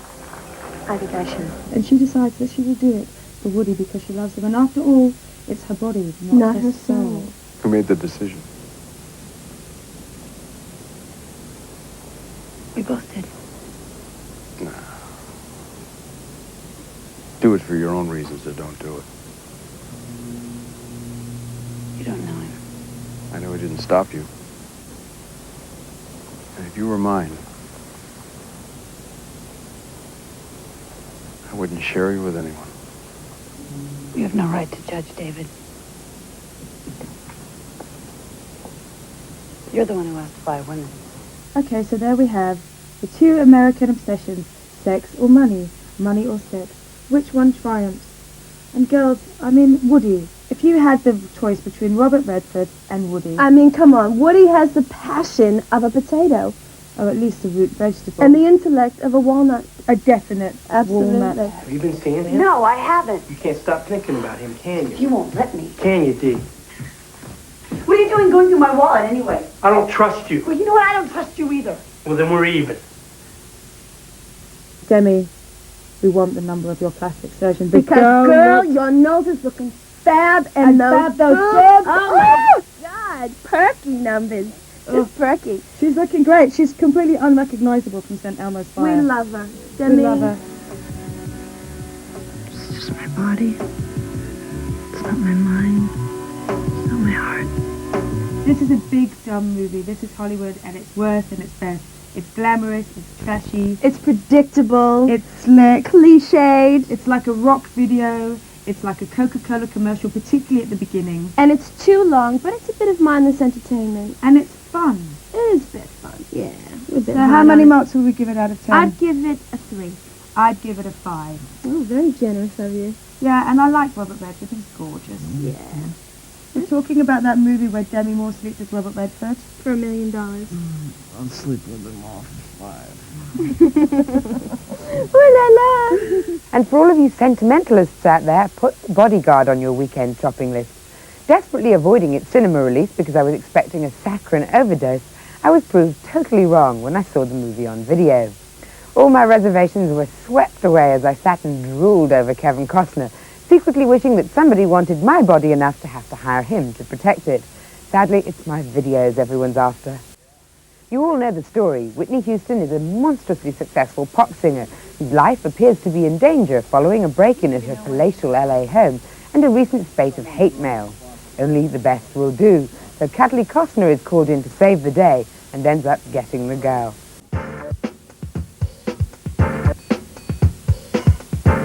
And in our first competition tonight, we've got a bodyguard bonanza with videos, CDs, sweatshirts, jackets, and a portable CD player for the winner. If you can tell me, in which film did Kevin Costner build a baseball pitch? Was it A, Bull Durham, B, 8 Men Out, or C, Field of Dreams? Phone in on 0891 66 4455 for a bit of protection.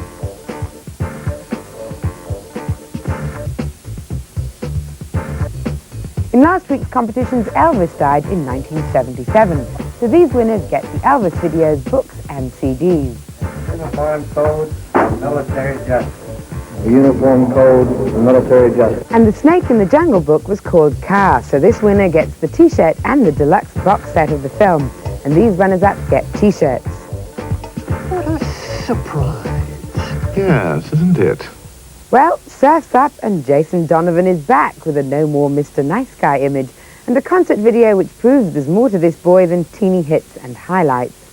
Jace returns from a spell down under, filming a lead role in the new romantic comedy, due to hit Old Blighty next spring. For those of you who can't wait that long, you can catch Jason's new concert video, which includes scenes of a semi-clad Jason filming a recent promo in the Seychelles. Jason, I wondered first of all what sort of lofty intellectual reason you were going to give me for having to film your videos in the Seychelles. I tried to tell the record company that there's an incredible soul in the Seychelles, but then when I went there, I found that wasn't quite true. But I don't know, actually. There was a few deals to be made along the way. It was a good opportunity for me to get away and work at the same time. I think at that stage I just finished Joseph for a period of a year and a half, and basically I was like, zonked. And we still wanted to keep the whole thing rolling along, so it was a combination of the two. Oh, you're doing well here. Yeah. That was my pitch anyway, so. And it worked. Yeah. When you took on the role of Joseph, was that in a way a way of proving to all the dazzlers that you actually could sing? Because you have to be able to sing when you do a musical. Yeah, I think so. I think for me, it was difficult for me. I was sort of at a point with my music where, which was inevitable. I think there was a burnout period of the pop sort of thing. Joseph came along, and the combination of, say, Lloyd Webber and myself, and then putting the show in there with the song released, sort of gave a bit of credit to what I was doing. But wasn't that keeping you in that same place? Sure. I mean, that's what I'm trying to do now. That's basically, that's that section of my life, and now there's a chance to hopefully sort of remove myself away from that and maybe go a little quieter and then come back with something that sort of takes me beyond just cheesy grins and, blushing on the face. So happy together. Can we hear you right down the back? Yeah. That hurts. When you're with me, baby, the skies will be blue for all my life. Ba-ba-ba-ba-ba-ba-doo, ba-ba-doo, ba-ba-ba. You've also managed to keep a very low profile, and had I known that you were a workaholic, I should have guessed that you were away working. Where have you been? I was doing a film in Australia, and it's called Rough Diamonds, and it's a romantic comedy about a sort of a young 20 to 25-year-old guy who the recession has hit in Australia. He lives on a farm. Basically, his parents have died, and he's looking after his younger sister. But you said it was a comedy. Well, it is. I mean, I'm the sort of straight guy in it, and there's some more larger-than-life characters around me. It's sort of almost taking fun of the country, the big hats and the silly little characters that run around. And there's a romance in there. Aren't you going to get hammered when you go back to the outback? Yeah, maybe. But that's okay. Well, you can take it. The new harder Jason Donovan can take that. Well, I don't know. I mean, it was the outback in Australia is quite a real different place. I spent 2 months out there, and it's different, let me tell you. From London to Boona, which is where we filmed it, is a long way. We hope you'll come back and talk to us about the movie when it comes out. When is it coming out? It's coming out next year, probably April, May, sort of around about well, that's time enough to come back for an show. Absolutely. We don't like to leave it too long. not too far. Thanks very much. Take care. Yeah. A welcome departure from your typically self-indulgent music documentary is Stepping Razor Red X, the highly emotive film about the life and death of Bob Marley's original Wailers partner, Peter Tosh. Did I hear the words of a higher man say?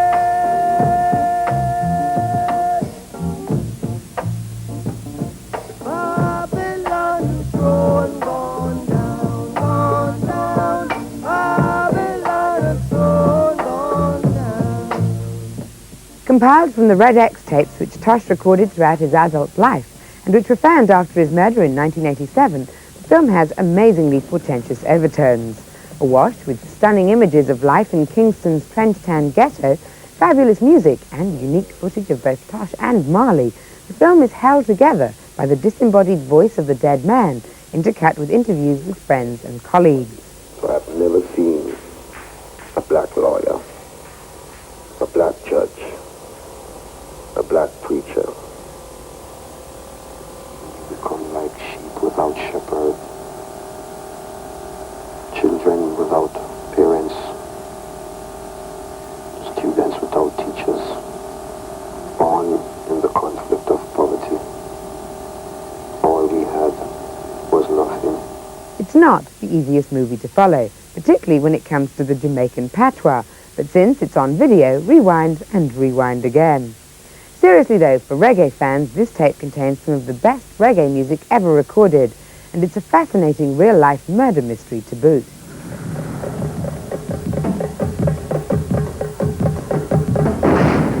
According to the PIC, 3 gunmen traveling on motorcycles went to Tosh's residence and demanded money. Tosh and his guests were shot when they refused to comply with the demand. The gunmen escaped. The film has been compared to The Doors, but it's actually more like JFK with its blend of archive footage and dramatic reconstruction, particularly the chilling assassination scene, an absolute must for serious music fans. In part 3, the long-awaited video release of The Avengers, Steve tells all.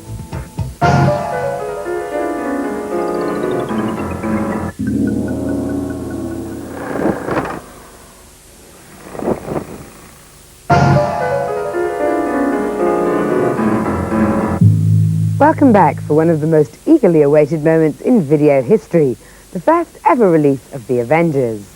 Over a period of 8 years, TV screens all over Britain played host to over 162 episodes of this surreal detective series.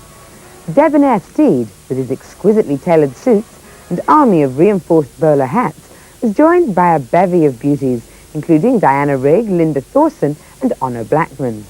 Out now are the first 3 Avengers videos, with each tape containing 2 episodes, one in colour and one in black and white, all starring the gorgeous Diana Rigg and her trusty cohort, Patrick McNee. Patrick, we're here at Herbert Johnson's, which is the home of your reinforced bowler hat, I believe.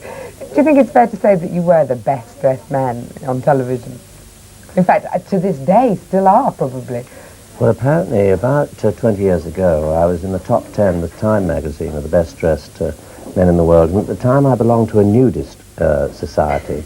And one of the ladies said to me, "But I've never seen you with your clothes on, Patrick." So I suppose it depends on the way that you look at it. But at that time, in the early 60s, and a lot of parallels were being done then. I mean, that was the start of feminism, of the women's lib movement. I mean, the fact of Di Rigg throwing men over her shoulder and doing things like that was a wonderful model, probably to people like yourself who were tiny tots at the time. Absolutely, I do it all the time now. Just chuck them over my shoulder.